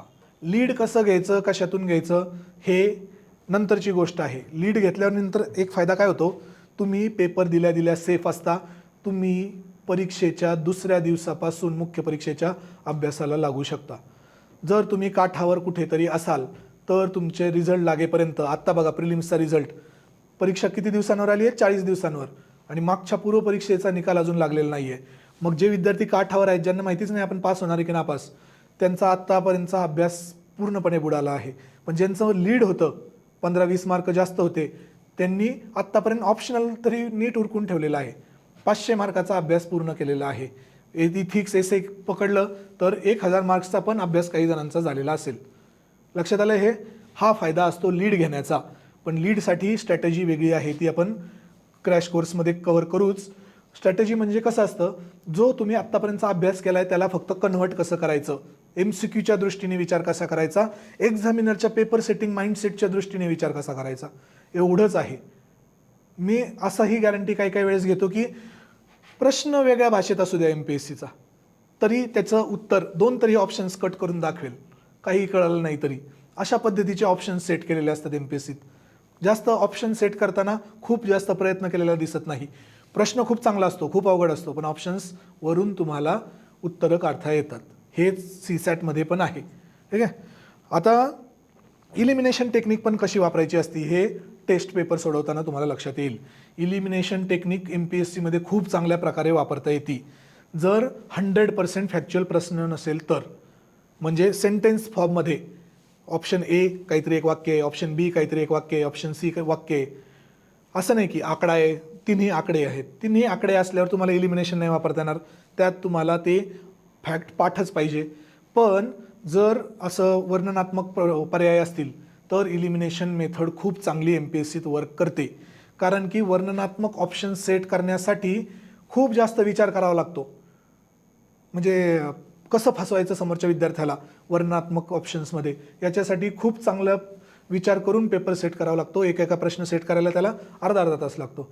पण तेवढा प्रयत्न आयोगाच्या बाजूने झालेला नाही दिसत. त्यामुळे इलिमिनेशन टेक्निक खूप चांगली वर्क करते. त्यावर भर देऊन आपले टेस्ट पेपर्स आपण तसे सेट करणार आहे. इलिमिनेशन टेक्निक कशी वापरायची आणि त्याचं विश्लेषण घेताना तुम्हाला ते लक्षात येईल की इलिमिनेशननीही कसा हा प्रश्न सुटू शकत होता नॉलेज नसतानाही. ठीक आहे.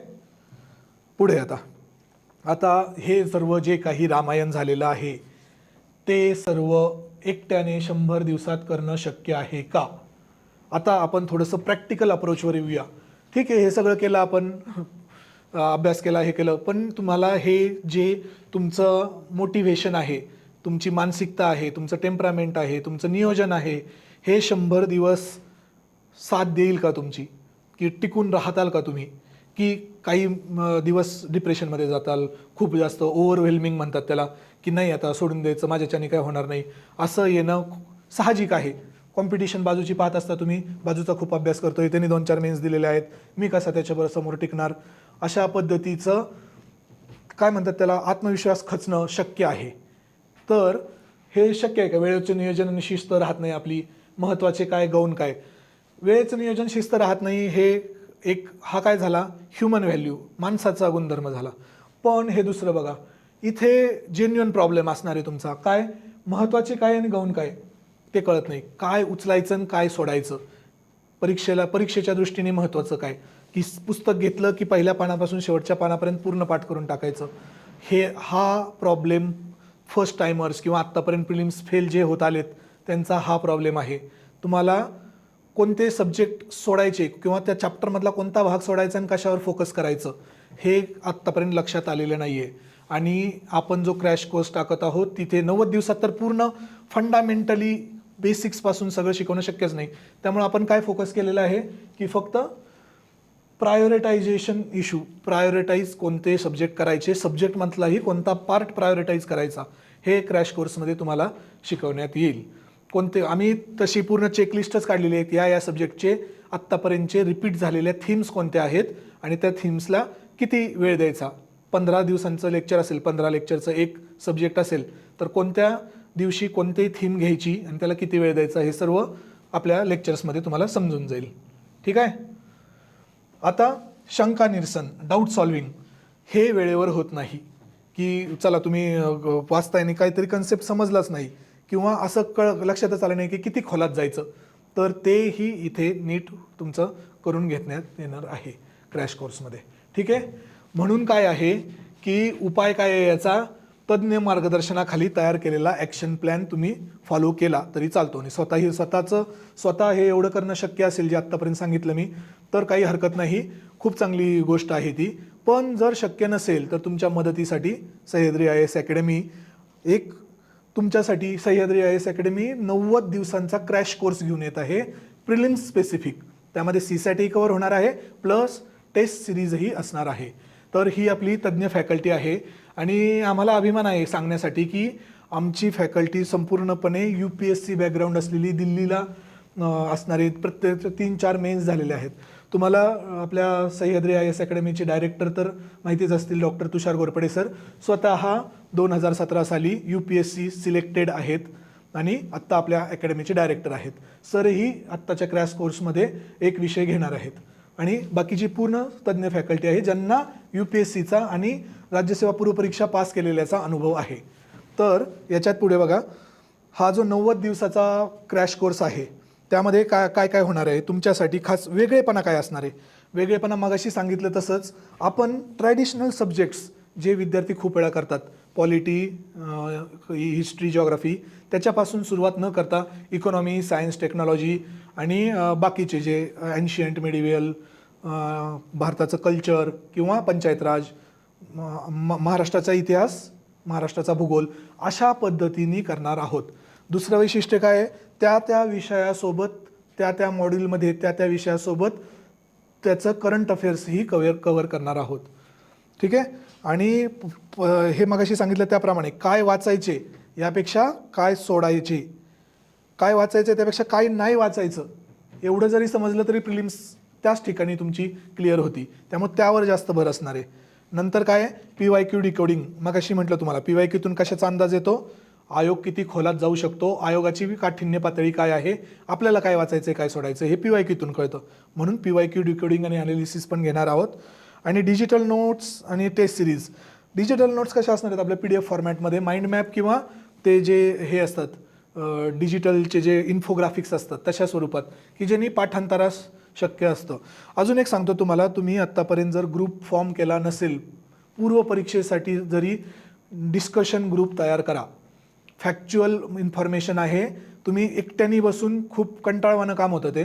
तुम्ही ग्रुप फॉर्म करा, त्याच्यात बसा, एकमेकांशी चर्चा करा, दिवसभराचं प्रत्येकाचं शेड्यूल सारखं असू द्या आणि त्याच याच्यावर संध्याकाळी परत डिस्कशनमध्ये पाठांतरा टाईप, मग त्याच्यात तुमच्या ट्रिक्सही बनू शकतात किंवा एखादी स्टोरी बनू शकते पाठ होत नसेल तर, किंवा समोरच्यानी सांगताना चुकला, काहीतरी जोक झाला तर ते तुमचं कायम डोक्यात फिट राहणार आहे.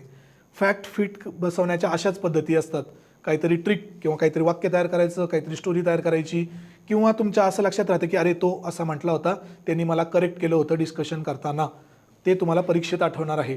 त्यामुळं पूर्ण वेळ नाही म्हणत डिस्कशन करत बसायचं दिवसभर, मग ते डिस्कशन जातं, पॉलिटिकल होतं, बाकीच्या विषयांकडे जातं. त्यापेक्षा दिवसभराचा जो स्टडी केलेला आहे प्रत्येकाला टार्गेट देऊन, त्याचं डिस्कशन संध्याकाळी पाठांतराच्या स्वरूपात 1-2 तासात उरकायचं. ठीक आहे. मग तिथे या नोट्स कामाला येतील, डिजिटल नोट्स जे माइंड मॅपच्या फॉर्मॅटमध्ये असतील किंवा इन्फोग्राफिक्सच्या. तुम्हाला इन्फोग्राफिक्सचं उदाहरण माहिती पाहिजे तर सह्याद्री IASचं टेलिग्राम चॅनल आहे, तिथं आपण प्रिलिम्स स्पेसिफिक इन्फोग्राफिक्स दररोज टाकत असतो. तर तिथे जाऊन तुम्हाला एक अंदाज येईल इन्फोग्राफिक्स म्हणजे काय असतं आणि पाठांतराला कसं मदत करतं ते. ठीक आहे. आणि अजून एक असणार आहे पर्सनल मेंटरशिप. जे नवीन तयारी करत आहेत, जे खूपच कन्फ्युज्ड आहेत आत्तापर्यंत काय करायचं काय नाही, त्यांच्यासाठी पर्सनल मेंटरशिप आपण ठेवलेली आहे. तुम्ही लेक्चर झाल्यानंतर त्या शिक्षकाला त्या विषयासंबंधित डाऊट विचारू शकता. ठीक आहे. आणि इथे फी जी इथे मेन्शन केलेली आहे ती मार्केट व्हॅल्यूपेक्षा आपण व्यवस्थित फेअर प्राईज ठेवलेली आहे.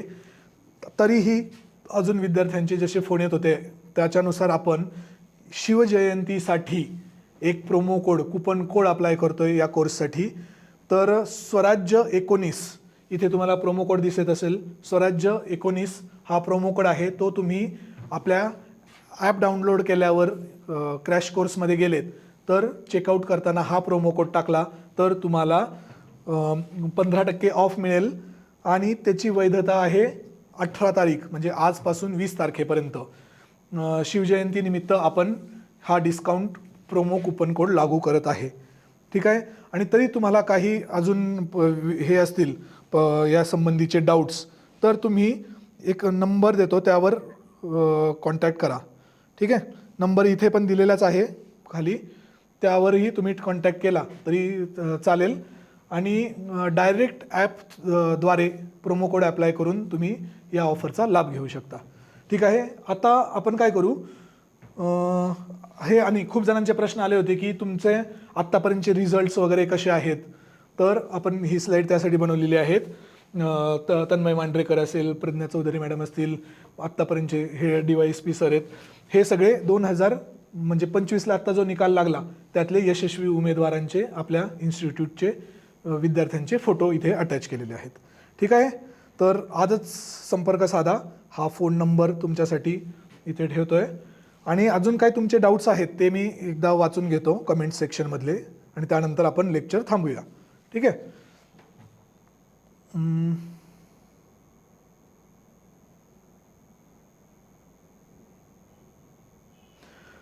बुक लिस्टसाठी प्रश्न विचारण्यात आलेला आहे. तर बुक लिस्टसाठी आपण सह्याद्री टेलिग्राम चॅनलवर एक PDF अपलोड केलेला आहे. त्यामध्ये प्रत्येक विषयाची बुक लिस्ट बेसिक्सपासून ॲडव्हान्सपर्यंत अपलोड करण्यात आलेली आहे. ती तुम्ही डाउनलोड करून घेऊ शकता. आणि पण आता कसं आहे, 90 दिवसाचं प्लॅनिंग आहे, 90 दिवसाची स्ट्रॅटेजी आहे. तर बुक लिस्ट थोडीशी बदलेल शेवटच्या पिरियडमध्ये प्रिलिम्ससाठीची. तिथं आपण प्रिलिम्स प्लस काही काही मेन्सचा पण संदर्भ घेतलेला आहे. तर बुक लिस्ट थोडीशी बदलेल. तर बुक लिस्टसाठी पण एक लेक्चर आपण छोटंसं घेऊया, 15-20 मिनिटाचं असेल अशाच पद्धतीने लाईव्हमध्ये, की बुक लिस्ट कोणत्या कशासाठी वापरायच्या आणि कोणतं तुम्ही वापरलेलं असेल तर ते चेंज करू नका. आत्तापर्यंत जे वापरलेलं आहे तेच कंटिन्यू करायची, त्याचीच रिव्हिजन करायची. नवीन सोर्सला आता हात लावायचा नाही एक्सेप्ट करंट अफेअर्स. आणि जर काही केलंच नसेल तर तो विषय नवीन म्हणून तुम्ही यूज करू शकता. पण करंट अफेअर्स सोडून आत्तापर्यंत जे काही सोर्सेस वापरले तेच कंटिन्यू करायचे आहेत. भक्ती विचारतीये की UPSC बद्दल पण सांगा प्लीज. मॅम, UPSC मध्ये मेन चेंज काय होतं माहिती आहे का? फक्त CSAT यामध्ये चेंज होतो आणि CSAT मोठा ऑब्स्टॅकल आहे UPSC प्रिलिम्समधला आत्ताच्या काळातला. CSAT ला GS एवढंच महत्त्व द्यावं लागतं, तेवढाच वेळ डिवोट करावा लागतो CSATला, तरच ते क्वालिफाय UPSCच्या परीक्षेमध्ये शक्य आहे. बाकीचे जवळजवळ सगळे विषय सायन्स अँड टेक्नॉलॉजी वगळता किंवा करंट अफेअर्स MPSC मध्ये फॅक्च्युअल असतं, UPSC मध्ये करंट अफेअर्स थोडंसं कन्सेप्च्युअल असतं. कोणत्या समिट झाल्या, कोणते काय निर्णय झाले, युनायटेड नेशनशी संबंधित काय आहे, असं थोडंसं कन्सेप्च्युअल करंट अफेअर्स असतं UPSC मध्ये. MPSC मध्ये करंट अफेअर्स फॅक्च्युअल असतं. बाकी सर्व पद्धत आता सेम झालेली आहे. म्हणजे कसं झालंय सांगतो तुम्हाला, UPSC सुरुवातीच्या काळात खूप कन्सेप्च्युअल असायची, फॅक्च्युअल खूप कमी विचारायची. पण हळूहळू मागच्या 4-5 वर्षापासून ते MPSC सारखा पॅटर्न फॉलो करतायत, थोडे फॅक्ट्स वाढवत आहेत. आणि MPSC मागच्या 4-5 वर्षापासून UPSC सारखं, MPSC सुरुवातीला खूप फॅक्च्युअल होती, आता थोडे कन्सेप्च्युअल. म्हणजे दोन्हीही परीक्षा अशा मध्यावर येऊन थांबलेल्या आहेत. त्यामुळे पॅटर्न सारखाच झालेला आहे. UPSC आता फॅक्च्युअल विचारायला लागली आणि MPSC आता कन्सेप्च्युअल विचारायला लागली. त्यामुळे बाकीच्या विषयांच्या बाबतीत UPSC MPSCचं स्ट्रॅटेजी सारखीच असेल. पण जे सांगितलं तुम्हाला मी, करंट अफेअर्स आणि CSAT या बाबतीत दोन्हींचं वेगळे पण तुम्हाला ठळक दिसेल. मागच्याच वर्षीची प्रश्नपत्रिका काढून बघा. ठीक आहे, अजून काही डाऊट? बरोबर. हां, या कोर्समध्ये तेच सांगितलं. मग GSचे जे पेपर असतील ते पूर्णपणे MPSCच्या आणि UPSC दोन्हीसाठी उपयुक्त असतील. मराठी मीडियम असेल तर काही इश्यूज नाही तुमचा, तुम्ही UPSC MPSC दोन्ही परीक्षा देऊ शकता. त्यामुळं काहीच प्रश्न नाही आहे. आता तेच सांगतो, तो फायदा आहे तुमचा. फायनल अँड गोल्डन वर्ड्स सांगतो तुम्हाला की आत्तापर्यंत राज्यसेवेच्या किती जागा निघायच्या, जास्तीत जास्त 200-250, बरोबर आहे. आणि तुम्ही हा सर्व अभ्यास करायचा. आतापासून काय होणार आहे, मागच्या वर्षापासून काय चालू झालं आहे, हाच अभ्यास करून तुम्ही या 200-250 जागा प्लस फॉरेस्टच्या 101 जागा, UPSCच्या 1000 जागा प्लस त्याच्या फॉरेस्टच्या 100 जागा, अशा अराऊंड किती जागा होतात, 1800 वगैरे होत आहेत, बरोबर आहे. 1000, ठीक आहे, 1500 जागा, 1500 ते 1600 जागांसाठी तुम्हाला एकच पुस्तकाचा अभ्यास करून, एकाच सिलेबसचा अभ्यास करून लढता येणार आहे. तुमच्यासाठी अपॉर्च्युनिटी जास्त मिळणार आहेत. आता आलं लक्षात? हे सर्वात महत्त्वाचं आहे की आत्तापर्यंत तुम्हाला फक्त 200-250 जागात खेळावं लागत होतं. जर तुम्ही हा अभ्यास नीट केला आणि दोन्ही परीक्षा टार्गेट केल्या आणि महाराष्ट्र MPSCचं, महाराष्ट्रासाठीच्या विद्यार्थ्यांचं हे एक लक आहे की UPSCचा आणि MPSCचा पेपर ओव्हरलॅप होतोय. असं नाही होतं की MPSCची मेन्स आली आणि UPSCची प्रिलिम्स आली, किंवा UPSCची मेन्स आहे त्या काळात MPSCची प्रिलिम्स आहे. तसं न होता MPSCची प्रिलिम्स आणि UPSCची प्रिलिम्स एकाच वेळेस आहे आणि साधारणतः दोन्हींची मेन्स ही एकाच वेळेस असणार आहे. त्यामुळं एकच अभ्यास आणि 2 परीक्षा तुम्हाला देता येणार आहेत. असंही होऊ शकतं, तुमचं टार्गेट तहसीलदार होण्याचं आहे आणि तुम्ही IAS झालेले आहात, असं तुम्हाला येत्या काळात 1-2 वर्षात एखादा तरी रिझल्ट असा दिसणार आहे की राज्यसेवेचा अभ्यास करत होता पूर्ण फोकस आणि UPSCतून पोस्ट मिळाली आणि असं हो आम्हालाही आनंद होईल असं झालेलं दिसल्यास. ठीक आहे की अभ्यासक्रम चेंज करण्यामागचा हेतूच हा होता की मराठी विद्यार्थ्यांचा UPSCमध्ये टक्का वाढवावा. पण आता जर एक्झाम टाइमटेबल अलाईन होत असेल तर ते ही गोष्ट खरीही होऊ शकते. बाकीच्या राज्यांचा विचार करता त्यांचं तसं नाही आहे, त्यांचं टाइमटेबल वेगळं असतं. त्यामुळे त्यांना दोन्हीपैकी एकच परीक्षा करावी लागते. आपल्यासाठी ही सुवर्ण संधी आहे. एकच परीक्षा, एकच सिलेबस, एकच पुस्तक आणि 2 परीक्षा. ठीक आहे, अजून आहे काय? ओके, चला थँक्यू. आणि काही असेल तुमच्या डाऊट्स वगैरे तर हे जे फोन नंबर दिला आहे तो त्यावर संपर्क साधा, व्हॉट्सअपही करू शकता. आम्ही तुम्हाला पूर्ण जी स्ट्रॅटेजी आहे 90 डेजची त्याची PDF तयार केलेली आहे शेड्यूल वाईज, ती तुम्हाला पाठवतो. मग त्यानंतर तुम्ही ते पाहून विचार करू शकता की कोर्स जॉईन करायचा की नाही. ओके, धन्यवाद, थँक्यू.